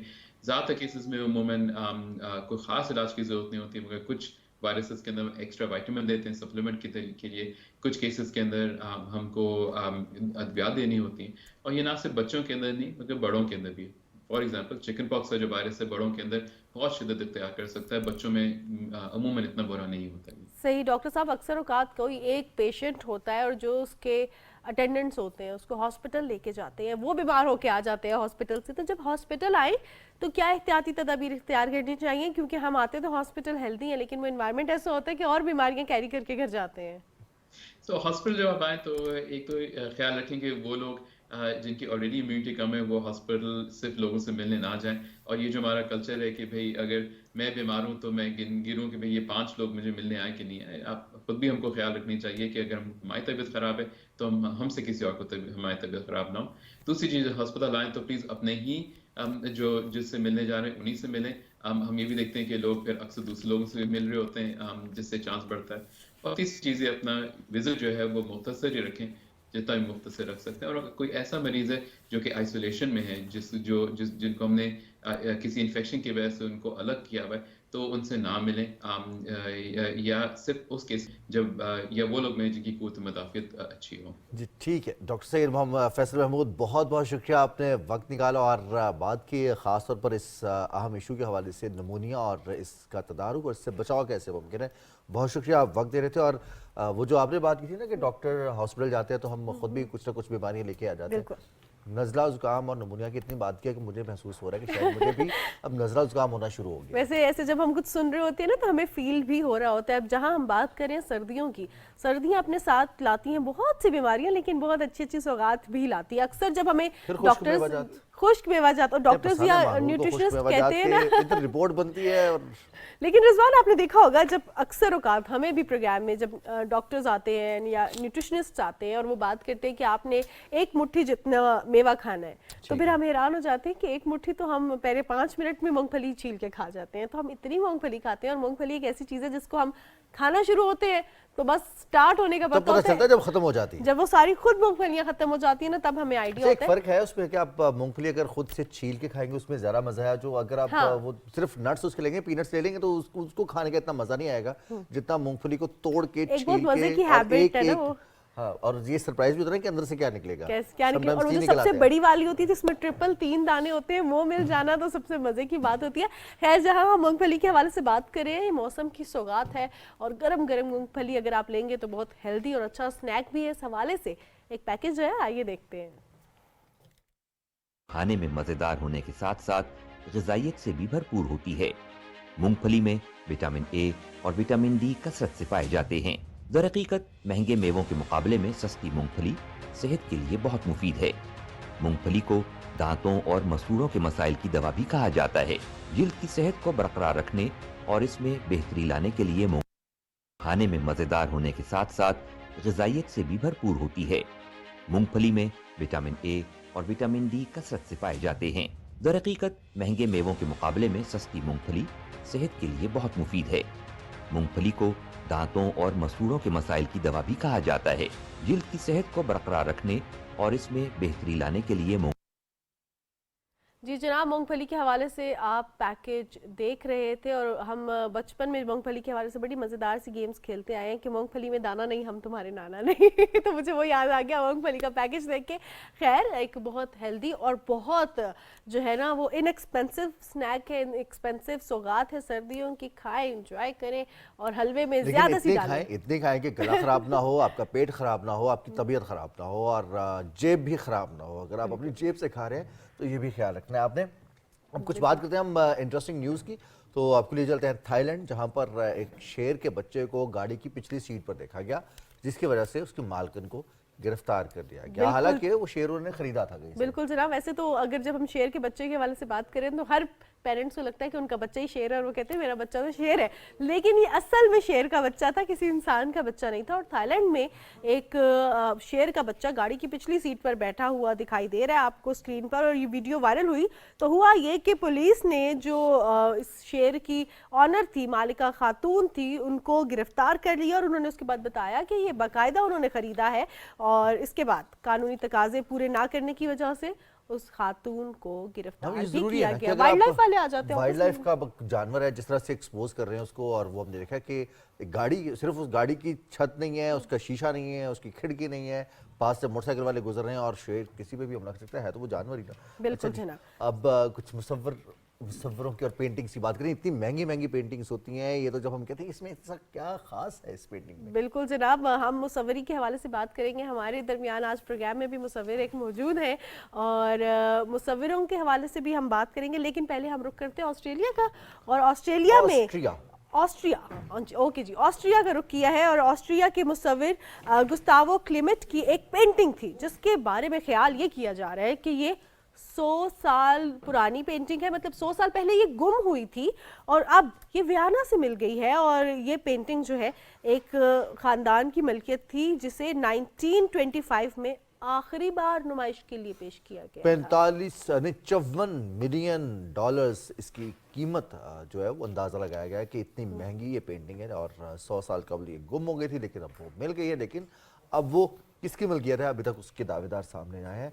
1960 से मुजरा मालिकान के पास ये पेंटिंग 1960 से मौजूद है और उन्होंने इसको ख़रीदा है या उनको किसी ने तोहफा किया है या उनके हाथ लग गई है, इसका फैसला अभी तक नहीं हुआ है। अब एक बिल्ली है, वो अक्टूबर 2023 में गुम हो गई थी और उसके बाद वो मिल गई है बेसिकली 4 महीने हुए, लेकिन वो मिल गई है। और मिली वो कैसे है, जरा आप ये देखें कि जो हम देखते हैं कि वैसे भी किसी के जो पेट्स गुम जाते हैं ना, तो लोगों ने उसके लिए इनामात भी लगाए होते हैं कि अगर मिल जाए। तो एक बिल्ली गुमी अक्टूबर 2023 में और BBC स्पॉटलाइट शो में वो नजर आई, और जब वो नजर आई तो उस बिल्ली के मालकान ने जहां पे वो नजर आई थी उस रेस्क्यू सेंटर का दौरा किया, और क्योंकि उस रेस्क्यू सेंटर को दिखाया गया था जहां पे वो बिल्ली मौजूद थी BBC स्पॉटलाइट शो में, और उन्होंने अपनी बिल्ली को पहचान लिया और वापस लिया। लेकिन इससे ज़्यादा मज़ेदार बात यह है कि पहले मालकान को लगा कि बिल्ली मर गई है, लेकिन जब उनको मिल गई तो वो खुश हो गए। ये फ़ायदा होता है सोशल मीडिया का, ये फ़ायदा होता है मीडिया का और इलेक्ट्रॉनिक मीडिया का। इस पर आपको जो घुमे हुए अपने पुराने पेट्स भी मिल जाते हैं, और समटाइम्स तो कुछ ऐसी खबरें भी वायरल होती हैं कि पुराने रिश्तेदार भी मिल जाते हैं। अच्छा, पुराने रिश्तेदार, पुराने बहन भाई, खैर रिश्ता तो पुराने नहीं होते मानो, वो तो रिश्तेदार रहते हैं। खैर चीज़ें पुरानी होती हैं या फिर कुछ जो अशिया हैं वो नादिर, वो पुरानी हो जाती हैं। अब हम ओके जी, कुछ बात करेंगे हम गिनीज वर्ल्ड ऑफ रैकेट के हवाले से भी, और गिनीज वर्ल्ड ऑफ रैकेट में बुक में एक रिकॉर्ड बनाया गया कि एक बच्ची ने 30 सेकंड में रस्सी कूदी है। लेकिन अभी हमारे पास एक न्यूज़ है जी, बिल्कुल जनाब। सो फॉर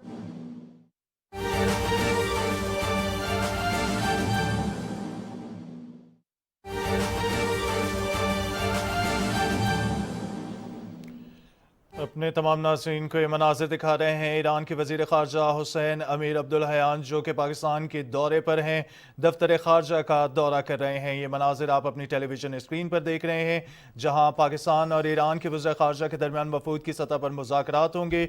दफ्तर ख़ारजा पहुँचने पर वज़ीर ख़ारजा जलील अब्बास जिलानी ने ईरान के वज़ीर ख़ारजा हुसैन अब्दुल्लहयान का इस्तकबाल कर रहे हैं। ये मनासिर आप अपनी टेलीविज़न स्क्रीन पर देख रहे हैं। ईरान के वज़ीर ख़ारजा जो कि गुज़िश्ता रात पाकिस्तान के दौरे पर पहुँचे थे, इस वक्त दफ्तर ख़ारजा के दौरे पर हैं। बाखबर रहिए, देखते रहिए पाकिस्तान टेलीविज़न न्यूज़।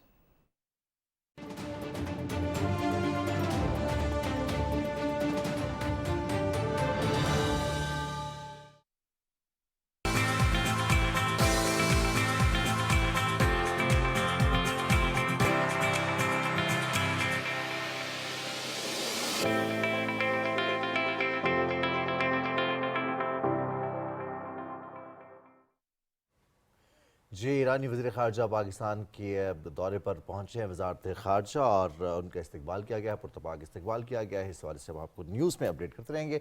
अब हम कुछ बात कर रहे थे गिनीज वर्ल्ड रैकेट की, और इसमें 30 सेकंड में 60 मरतबा रस्सी कूद कर आलमी रिकॉर्ड कायम किया है। ये एक खातून है, मरियम साले इनका नाम है, और इन्होंने वीडियो भी जारी की है। और इस वीडियो के ज़रिए अब जिस तरह से ये रस्सी कूद रही है मानूर, ये तो बिल्कुल ही मुख्तलिफ अंदाज है। ये तो बिल्कुल वैसा नहीं है जैसे हम बचपन में रस्सी कूदते थे, बड़ा डिफरेंट सा ये अंदाज है और बड़ा ज़बरदस्त है। और उन्होंने 30 सेकंड में 60 मरतबा जो है रस्सी कूदी है और Guinness book of world record में अपना नाम दर्ज कराया है। जी जनाब, और अगर हम मुसव्वरी के हवाले से भी हमने बात कर ली, बहुत महंगी महंगी पेंटिंग्स होती हैं रिजवान, लेकिन जो पेंटिंग सुबह पाकिस्तान में होती है ना, वो उसका भी कोई मोल नहीं है, क्योंकि क्या ज़बरदस्त पेंटिंग होती है।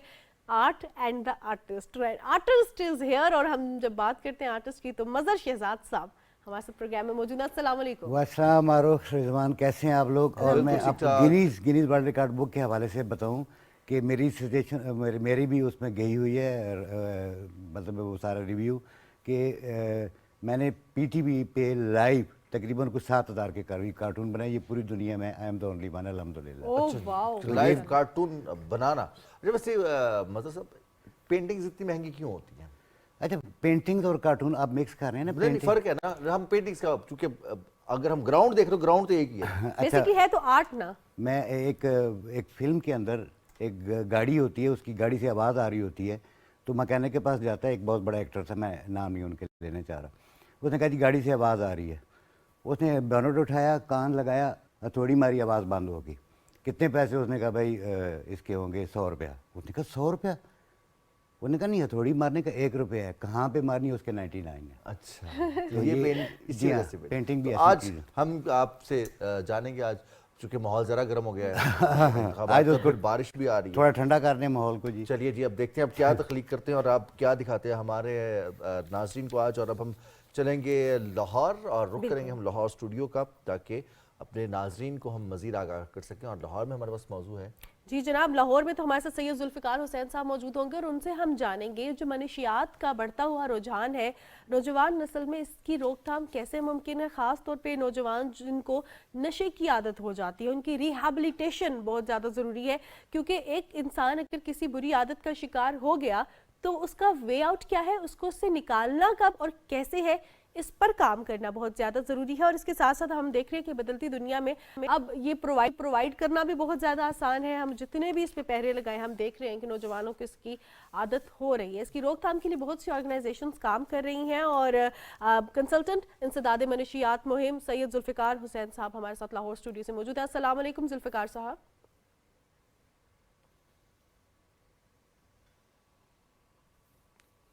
जी वालेकुम सलाम। जुल्फ़िकार साहब, नौजवानों को नशे की आदत से कैसे बचाया जा सके? हम देख रहे हैं कि नौजवानों में ये आदत बढ़ती जा रही है, क्या किया जाए?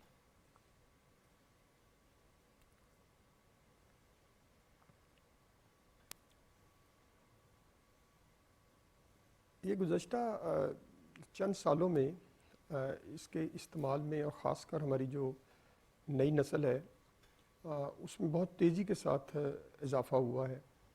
और हैरानकुन बात यह है कि जो हमारा गवर्नमेंट का सर्वे है 2013 का, जिसमें 6.7 million people are using hard and soft drug, और उसमें नौजवानों की तादाद भी ज़्यादा थी, यानी 23 साल से लेके 40 साल के लोग उसमें ज़्यादा शुमार किए गए थे।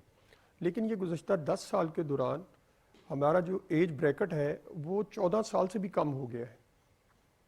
और उसकी बुनियादी वजह यह है कि नौजवान जो है वो अपने आप को ज़्यादा दूसरों को अलग थलग दिखाना चाहता है, क्योंकि जब हम भी छोटे थे तो एक जहन में ये बात होती थी कि यकदम जल्दी जवान हो, चीज़ों को देखें, बड़ा हो, जो बड़े करते हैं वो भी करें। तो इसी तरह उसकी वजूहात में जो ख़ासकर चीज़ें सामने आई हैं कि नौजवान नशे की तरफ माइल क्यों होते हैं, उसकी नंबर 1 जो है दोस्तों का एक प्रेशर होता है, जिसे हम पीयर बोलते हैं।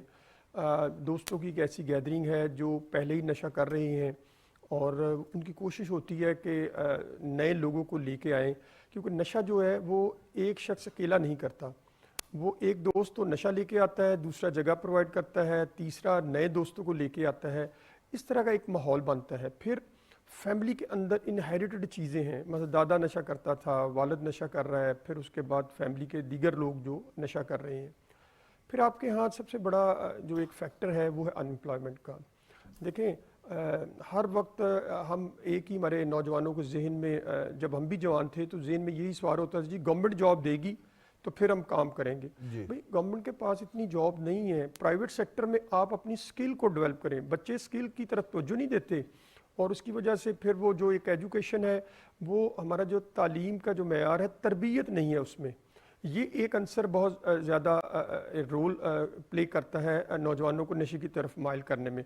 और एक और बात जो मैं बड़ी इम्पोर्टेंट समझता हूँ कि नौजवान जो नशा कर रहे हैं वो तो कर रहे हैं मेल, और उसमें फ़ीमेल की तादाद बहुत ज़्यादा बढ़ रही है। और वो यंग बच्चियाँ जो, यानी तालीमी इदारों में ये होता है कि आप पे एक प्रेशर है। जब हम पढ़ते थे उस वक्त मैट्रिक में या एफए में या बीए में इतने नंबर आ गए आपके, जी ए क्लास आ गए। अब तो वो ग्रेस मार्क होते हैं, 3 पॉइंट आपने इतने लेने हैं, वो उसका जो पॉइंट स्कोरिंग करनी है। और अगर वो बच्चे नहीं करते तो अगर एक फैमिली में एक बच्चा टॉपर चला जाता है तो फैमिली के दीगर लोग अपने बच्चों को बताते हैं कि उसका बच्चा आपकी फुफ्फो का या आपकी खाला का, मामू का बेटा बेटी वो आगे बढ़ गई, आप नहीं। फिर बच्चे, जिस तरह मैंने पहले कहा कि जो दोस्तों की एक बैठक होती है, अगर एक बच्चा ज़्यादा नशा करता है तो वो फिर दूसरे को बच्चों को लेके आता है। फिर बच्चा अपना डिप्रेशन और एंजाइटी को दूर करने के लिए इन नशों की तरफ जो मनशियात साहब, हम देखते हैं अब तो इस तरह से अगर ये वाली रीजनिंग हम देंगे और सारे का सारा मलबा या कसूरवार बच्चों को ठहरा देंगे कि पीयर प्रेशर उनके ऊपर है। अब तो बच्चों को मॉनिटर करना ज़्यादा आसान है। अगर वो मोबाइल फ़ोन इस्तेमाल कर रहे हैं, कंप्यूटर इस्तेमाल कर रहे हैं, तो टेक्नोलॉजी से अवेयर होना पेरेंट्स और टीचर्स दोनों, और इतना ज़रा मुश्किल भी नहीं है। वो किससे बात कर रहे हैं, कौन से ग्रुप्स हैं और कौन सा मवाद वो देख रहे हैं, कंटेंट कौन सा देख रहे हैं, चाहे वो मूवीज़ हैं, ड्रामाज हैं। और फिर स्कूल्स और पेरेंट्स की कोऑर्डिनेशन बहुत ज़्यादा ज़रूरी है। तो इस हवाले से क्या इकदाम हो रहे हैं?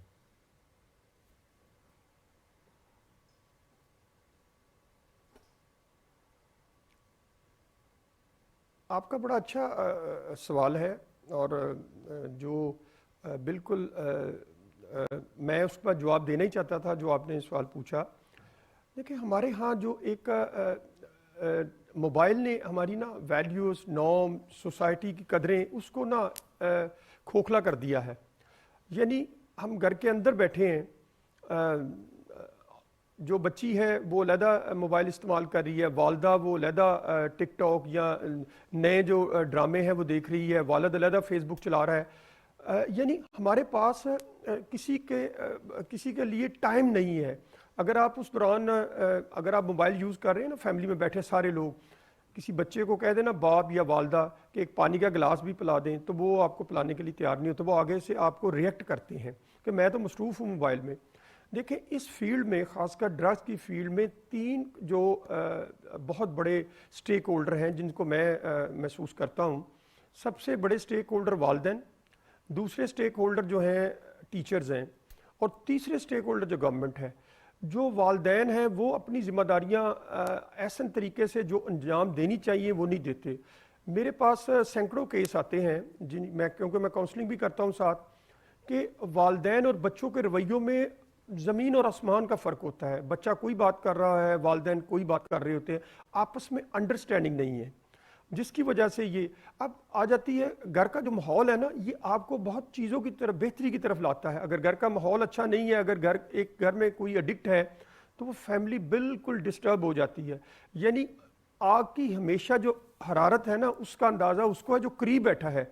जो दूर से बैठा देख रहा है जी फलां प्लाजे में आग लगी है, टीवी पे देख ली बात। जिस घर के अंदर ये वबा है उस घर में ये बहुत ही मुश्किल है। अब आ जाता है टीचर का रोल। टीचर का रोल बड़ा इंपॉर्टेंट है। मैंने पहले कहा, टीचर जो अपनी जिम्मेदारियां वो अदा नहीं करता, क्योंकि गवर्नमेंट सेक्टर के अलावा प्राइवेट सेक्टर में बहुत ज़्यादा बच्चों की एजुकेशन इंस्टीट्यूशन में बच्चे तालीम हासिल कर रहे हैं। टीचर जो है वो सिर्फ ये समझता है कि मैंने तो बच्चों को सिर्फ पढ़ाना है, मैंने बच्चों की तरबियत साजी नहीं करनी।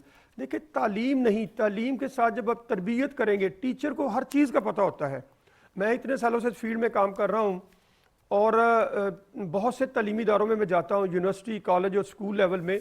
टीचर को हर चीज़ का इल्म है। तालीमी इदारे का जो सरबराह है उसको हर चीज़ का इल्म होता है, लेकिन वो इन चीज़ों को सामने लाने से डरता है कि मेरा तालीमी इदारा बदनाम होगा। तो इसमें टीचर का रोल जो है ना, हम नेगेटिविटी नहीं, हम चाहते हैं पॉजिटिविटी। उसमें टीचर के लिए टीचिंग स्किल की ट्रेनिंग बड़ी ज़रूरी है, जो इंटरनेशनल प्रिवेंशन के स्टैंडर्ड हैं।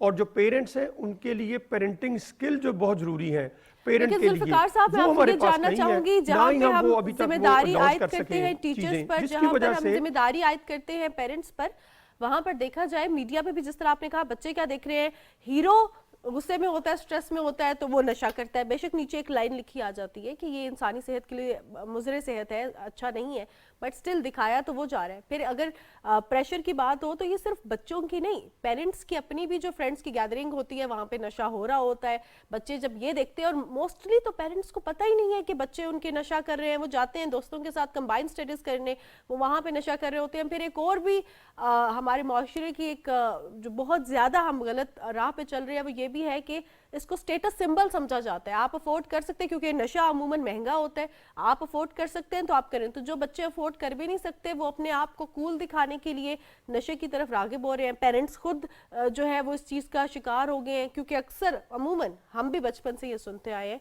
कि आपका स्ट्रेस रिलीव करता है, आप सिगरेट पिए, आप नशा करें किसी भी किस्म का, आपका स्ट्रेस चला जाता है। वो टीचर भी क्यों ना हो, नहीं, यूनिवर्सिटीज़ के टीचर्स भी उस चीज़ का शिकार हो रहे हैं।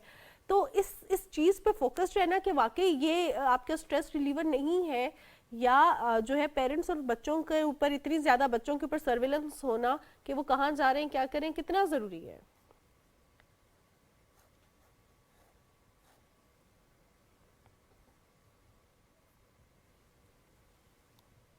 अगर हम इन चीज़ों की तरफ देखें तो जो सबसे आखिरी जो आपने जो बात की है ना स्ट्रेस की, देखिए स्ट्रेस तो एक छोटा बच्चा भी लेता है जो केजी में पढ़ता है या प्रेप में पढ़ता है या फर्स्ट में पढ़ता है, जब जो क्योंकि बच्चे ज़्यादा टीचर को फॉलो करते हैं और घर आके आपने देखा होगा बच्चे जो हैं वो टीचर की बात वालिद और वालदा की नहीं माननी, उन्होंने कहा टीचर ने हमें ये, क्योंकि उन पर भी स्ट्रेस बहुत ज़्यादा होता है।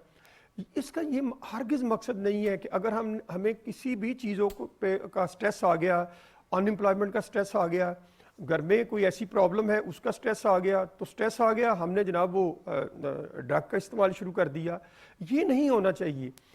अब रही बात आपने जो पहला सवाल किया था कि पेरेंट्स भी, मैं लाहौर में और लाहौर से बाहर मैं अक्सर मेरे ट्रैवलिंग होती है तो मैं जाता हूँ, मैं देखता हूँ जो लाहौर के या पाकिस्तान के दूसरे अपर क्लास के एरियाज़ हैं, आप वहाँ जाके देख लें, घरों के अंदर बार्स बनी हुई हैं। अब वालिद जो है वो एक स्टेटस सिंबल होता है, वो सिंबल नहीं है कि हमने वेप का इस्तेमाल कर लिया, गाड़ी से उतरे, चाहे लड़का है लड़की है, वेपिंग शुरू कर दी जी दूसरों को दिखाने के लिए, देखें मैं इतनी बड़ी लैंड क्रूज़र में उतर रहा हूँ और साथ में बाहर निकल के वेप भी इस्तेमाल कर रहा हूँ दूसरों को दिखाने के लिए। जो स्टेटस सिंबल जो है ना वो आपकी फैमिली का सरबराह होता है, उसको आपने फॉलो करना है। अब उसकी मिसाल एक मैं देना चाहता हूँ, आपने स्ट्रेस को रिलीज़ करना है, आपने निकोटीन का जिक्र किया, तो निकोटीन पैचेस जो हैं जो वो आ गए हैं मार्केट में, ये हमारी वेपिंग है ये मार्केट में आ गई है जो हर तरीके से बच्चे इस्तेमाल कर रहे हैं। अब बच्चे उसमें करते क्या है इस स्ट्रेस को दूर करने के लिए, अगर एक बच्चा ड्रग्स का इस्तेमाल कर रहा है, अब बच्चे वो उस निकोटीन पैचेस को जो एक है उसको काट के उसके अंदर हीरोइन हैश कोकीन रख के मुंह के अंदर रखते हैं। फिर हमने इतनी बहुत से केसेस देखे, आइस का जो पानी लिक्विड पानी है वो सिरिंज के ज़रिए आप उस वेपिंग में निकोटीन के साथ मिक्स करके इस्तेमाल करते हैं। अब बच्चों को ये नहीं पता कि आइस इस वक्त जो इतना डेंजरस ड्रग्स है, थ्रेट है हमारे लिए, ये 2024 पिछला साल भी हमारे यहाँ पाकिस्तान में 50% लोग आइस पे चले गए हैं। अब बच्चे तो ये समझते हैं तालीमी इदारों के भी कि जनाब हमने आइस का इस्तेमाल कर लिया, 30 घंटे हमें नींद नहीं आती, हमने पढ़ाई में भरपूर, आपकी जो मेमोरी बड़ी तेज़ हो जाती है, आप दुनिया का अलग थलग नज़र आते हैं।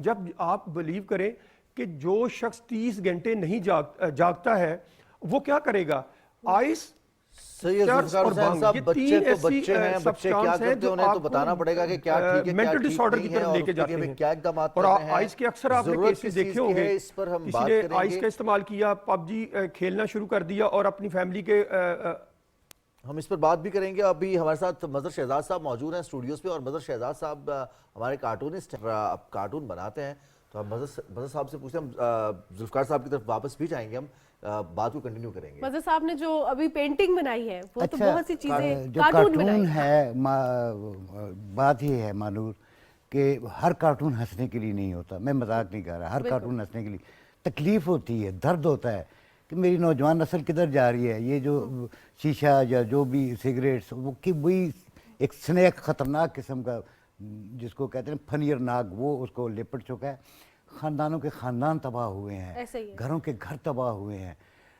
मैं समझता हूँ कि ये सिर्फ ANF का या हुकूमत का या इनका काम नहीं है, पूरे मुल्क को, पूरे महल्ले की जिम्मेदारी है, कम्युनिटी की जिम्मेदारी है, अपने महल्ले में चेक करें कौन आ रहा है, कौन उनको दे रहा है। ये मेन जो चीज़ है उसकी सप्लाई रोकनी है, जब सप्लाई रोकेगी तो सारा काम। वैसे मजहर साहब आपने बहुत जो है ना एक जिंदगी की हकीकत बताई कि जो हम नशा कर रहे हैं वो हमें ही खा रहा है, वो नाग हमें ही खा रहा है। और अक्सर ये जो आपने बात की कि हर कार्टून हंसने के लिए नहीं होता, लेकिन जिस पे हम हंसते भी है ना तो वो तभी कहा जाता है कि जब आप कहके को नचोड़े तो उसमें से आंसू निकलते हैं। तो आपको लाइफ की बहुत सी रियलिटीज इस पे नजर आती हैं। अब जब हम नशे के हवाले से बात करें, बच्चे आदी हो जाते हैं, तो हम इस चीज़ को रियलाइज़ नहीं करते कि हमारा एक छोटा सा एक्ट हमारे पेरेंट्स को कितना डिस्टर्ब कर रहा है, उन्होंने कितनी मेहनत करके हमें पाला है, कितना हम पे अपना वक्त, अपना प्यार, अपना पैसा, अपनी पूरी ज़िंदगी लगा दी। और जब हम नशे के आदी हो जाते हैं तो हम अगर सिर्फ एक अहद कर लें कि खुदा न खास्ता हमें ये लत लग भी गई है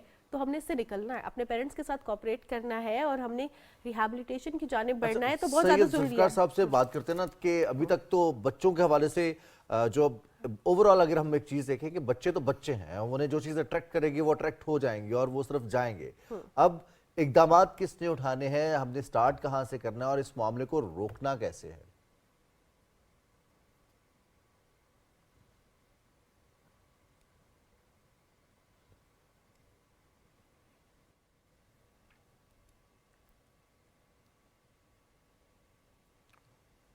जहाँ तक इक़दामात का ताल्लुक है तो मैं समझता हूँ कि जो international prevention being as a expert, जो इंटरनेशनल जो प्रिवेंशन के स्टैंडर्ड्स हैं, मेयार हैं, वो मुतारफ़ करवाने की ज़रूरत है।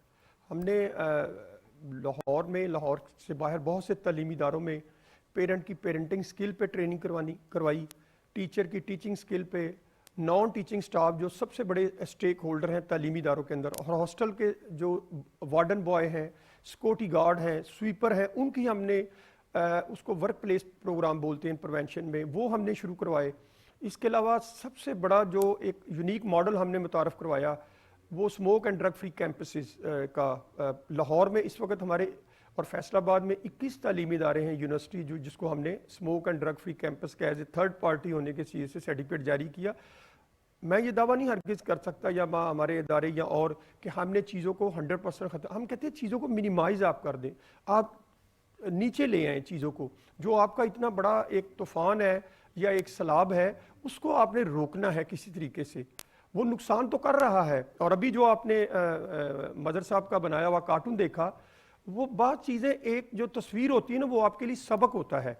सबक यही है कि हम जिस चीज़ को इस्तेमाल कर रहे हैं वो हमें खुद ही खा रही है।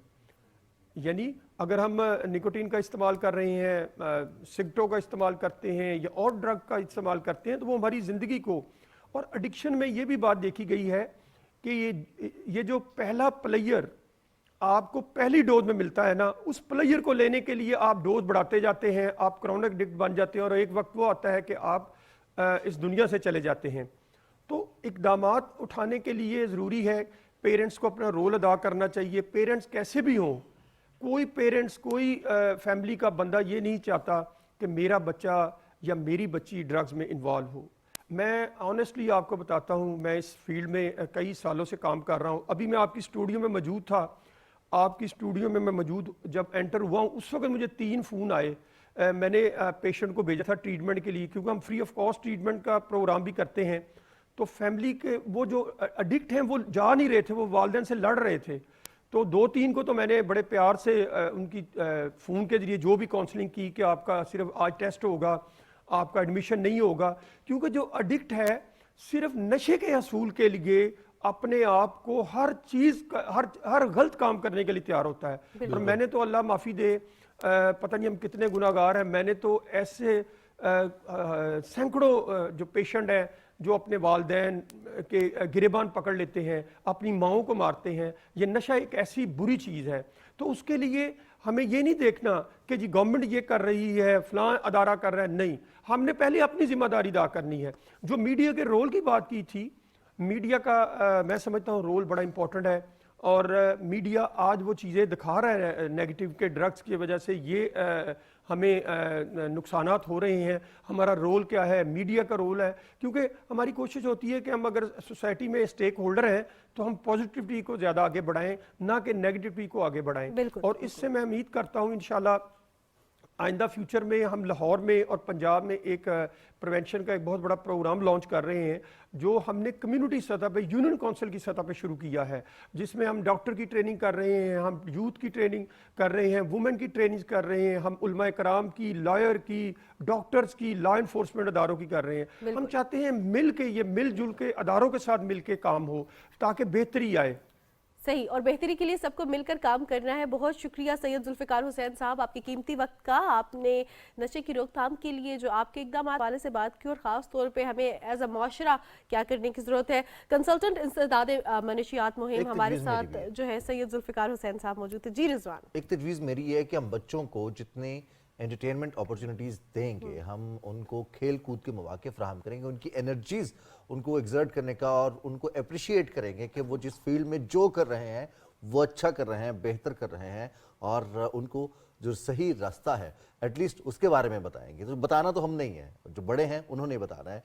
बच्चे अगर कोई ने ख्वाब दिखाएगा, कोई बेरारवी का शिकार करेगा तो बच्चों को ट्रैप करना बहुत आसान होता है। और इस तरह के लोग जो कि मुआशरे में बिगाड़ पैदा करते हैं, जो आने वाली नस्लों को ख़राब करते हैं, किसी मुल्क को तबाह करने की साजिश करते हैं, उनका पहला हदफ ही मासूम बच्चे होते हैं, उन्हें नशे की लत लगा देना होता है। तो ऐसे लोगों को अपने मुआशरे में पहचानना और फिर उनका सद्देबाब करना, ना सिर्फ सद्देबाब करना बल्कि उनका इलाज करना उन लोगों का, ये भी हमारा फ़र्ज़ है। लेकिन यहाँ पे आपने एक बात हमेशा याद रखनी है कि आपने नशे से नफरत करनी है, नशे करने वाले से नफरत नहीं करनी, उसको ज़िंदगी की तरफ वापस लेके आना है। एक रिस्पॉन्सिबल सिटीज़न होने के तहत ये आपकी रिस्पॉन्सिबिलिटी है कि आप इंसानों से नफरत ना करें बल्कि उन बुराइयों से नफरत करें जो इंसानों को बुरी राह पर लेके जा रही है। आज के प्रोग्राम से इतना ही। अपनी मेज़बान माहनूर कुरैशी और रिजवान इल्ही अहमद को इजाज़त दीजिए। इंशाल्लाह कल सुबह बशर्ते सेहत बशर्ते ज़िंदगी आपसे मुलाकात होगी। अपना बहुत सारा ख्याल रखिएगा। अल्लाह हाफिज़।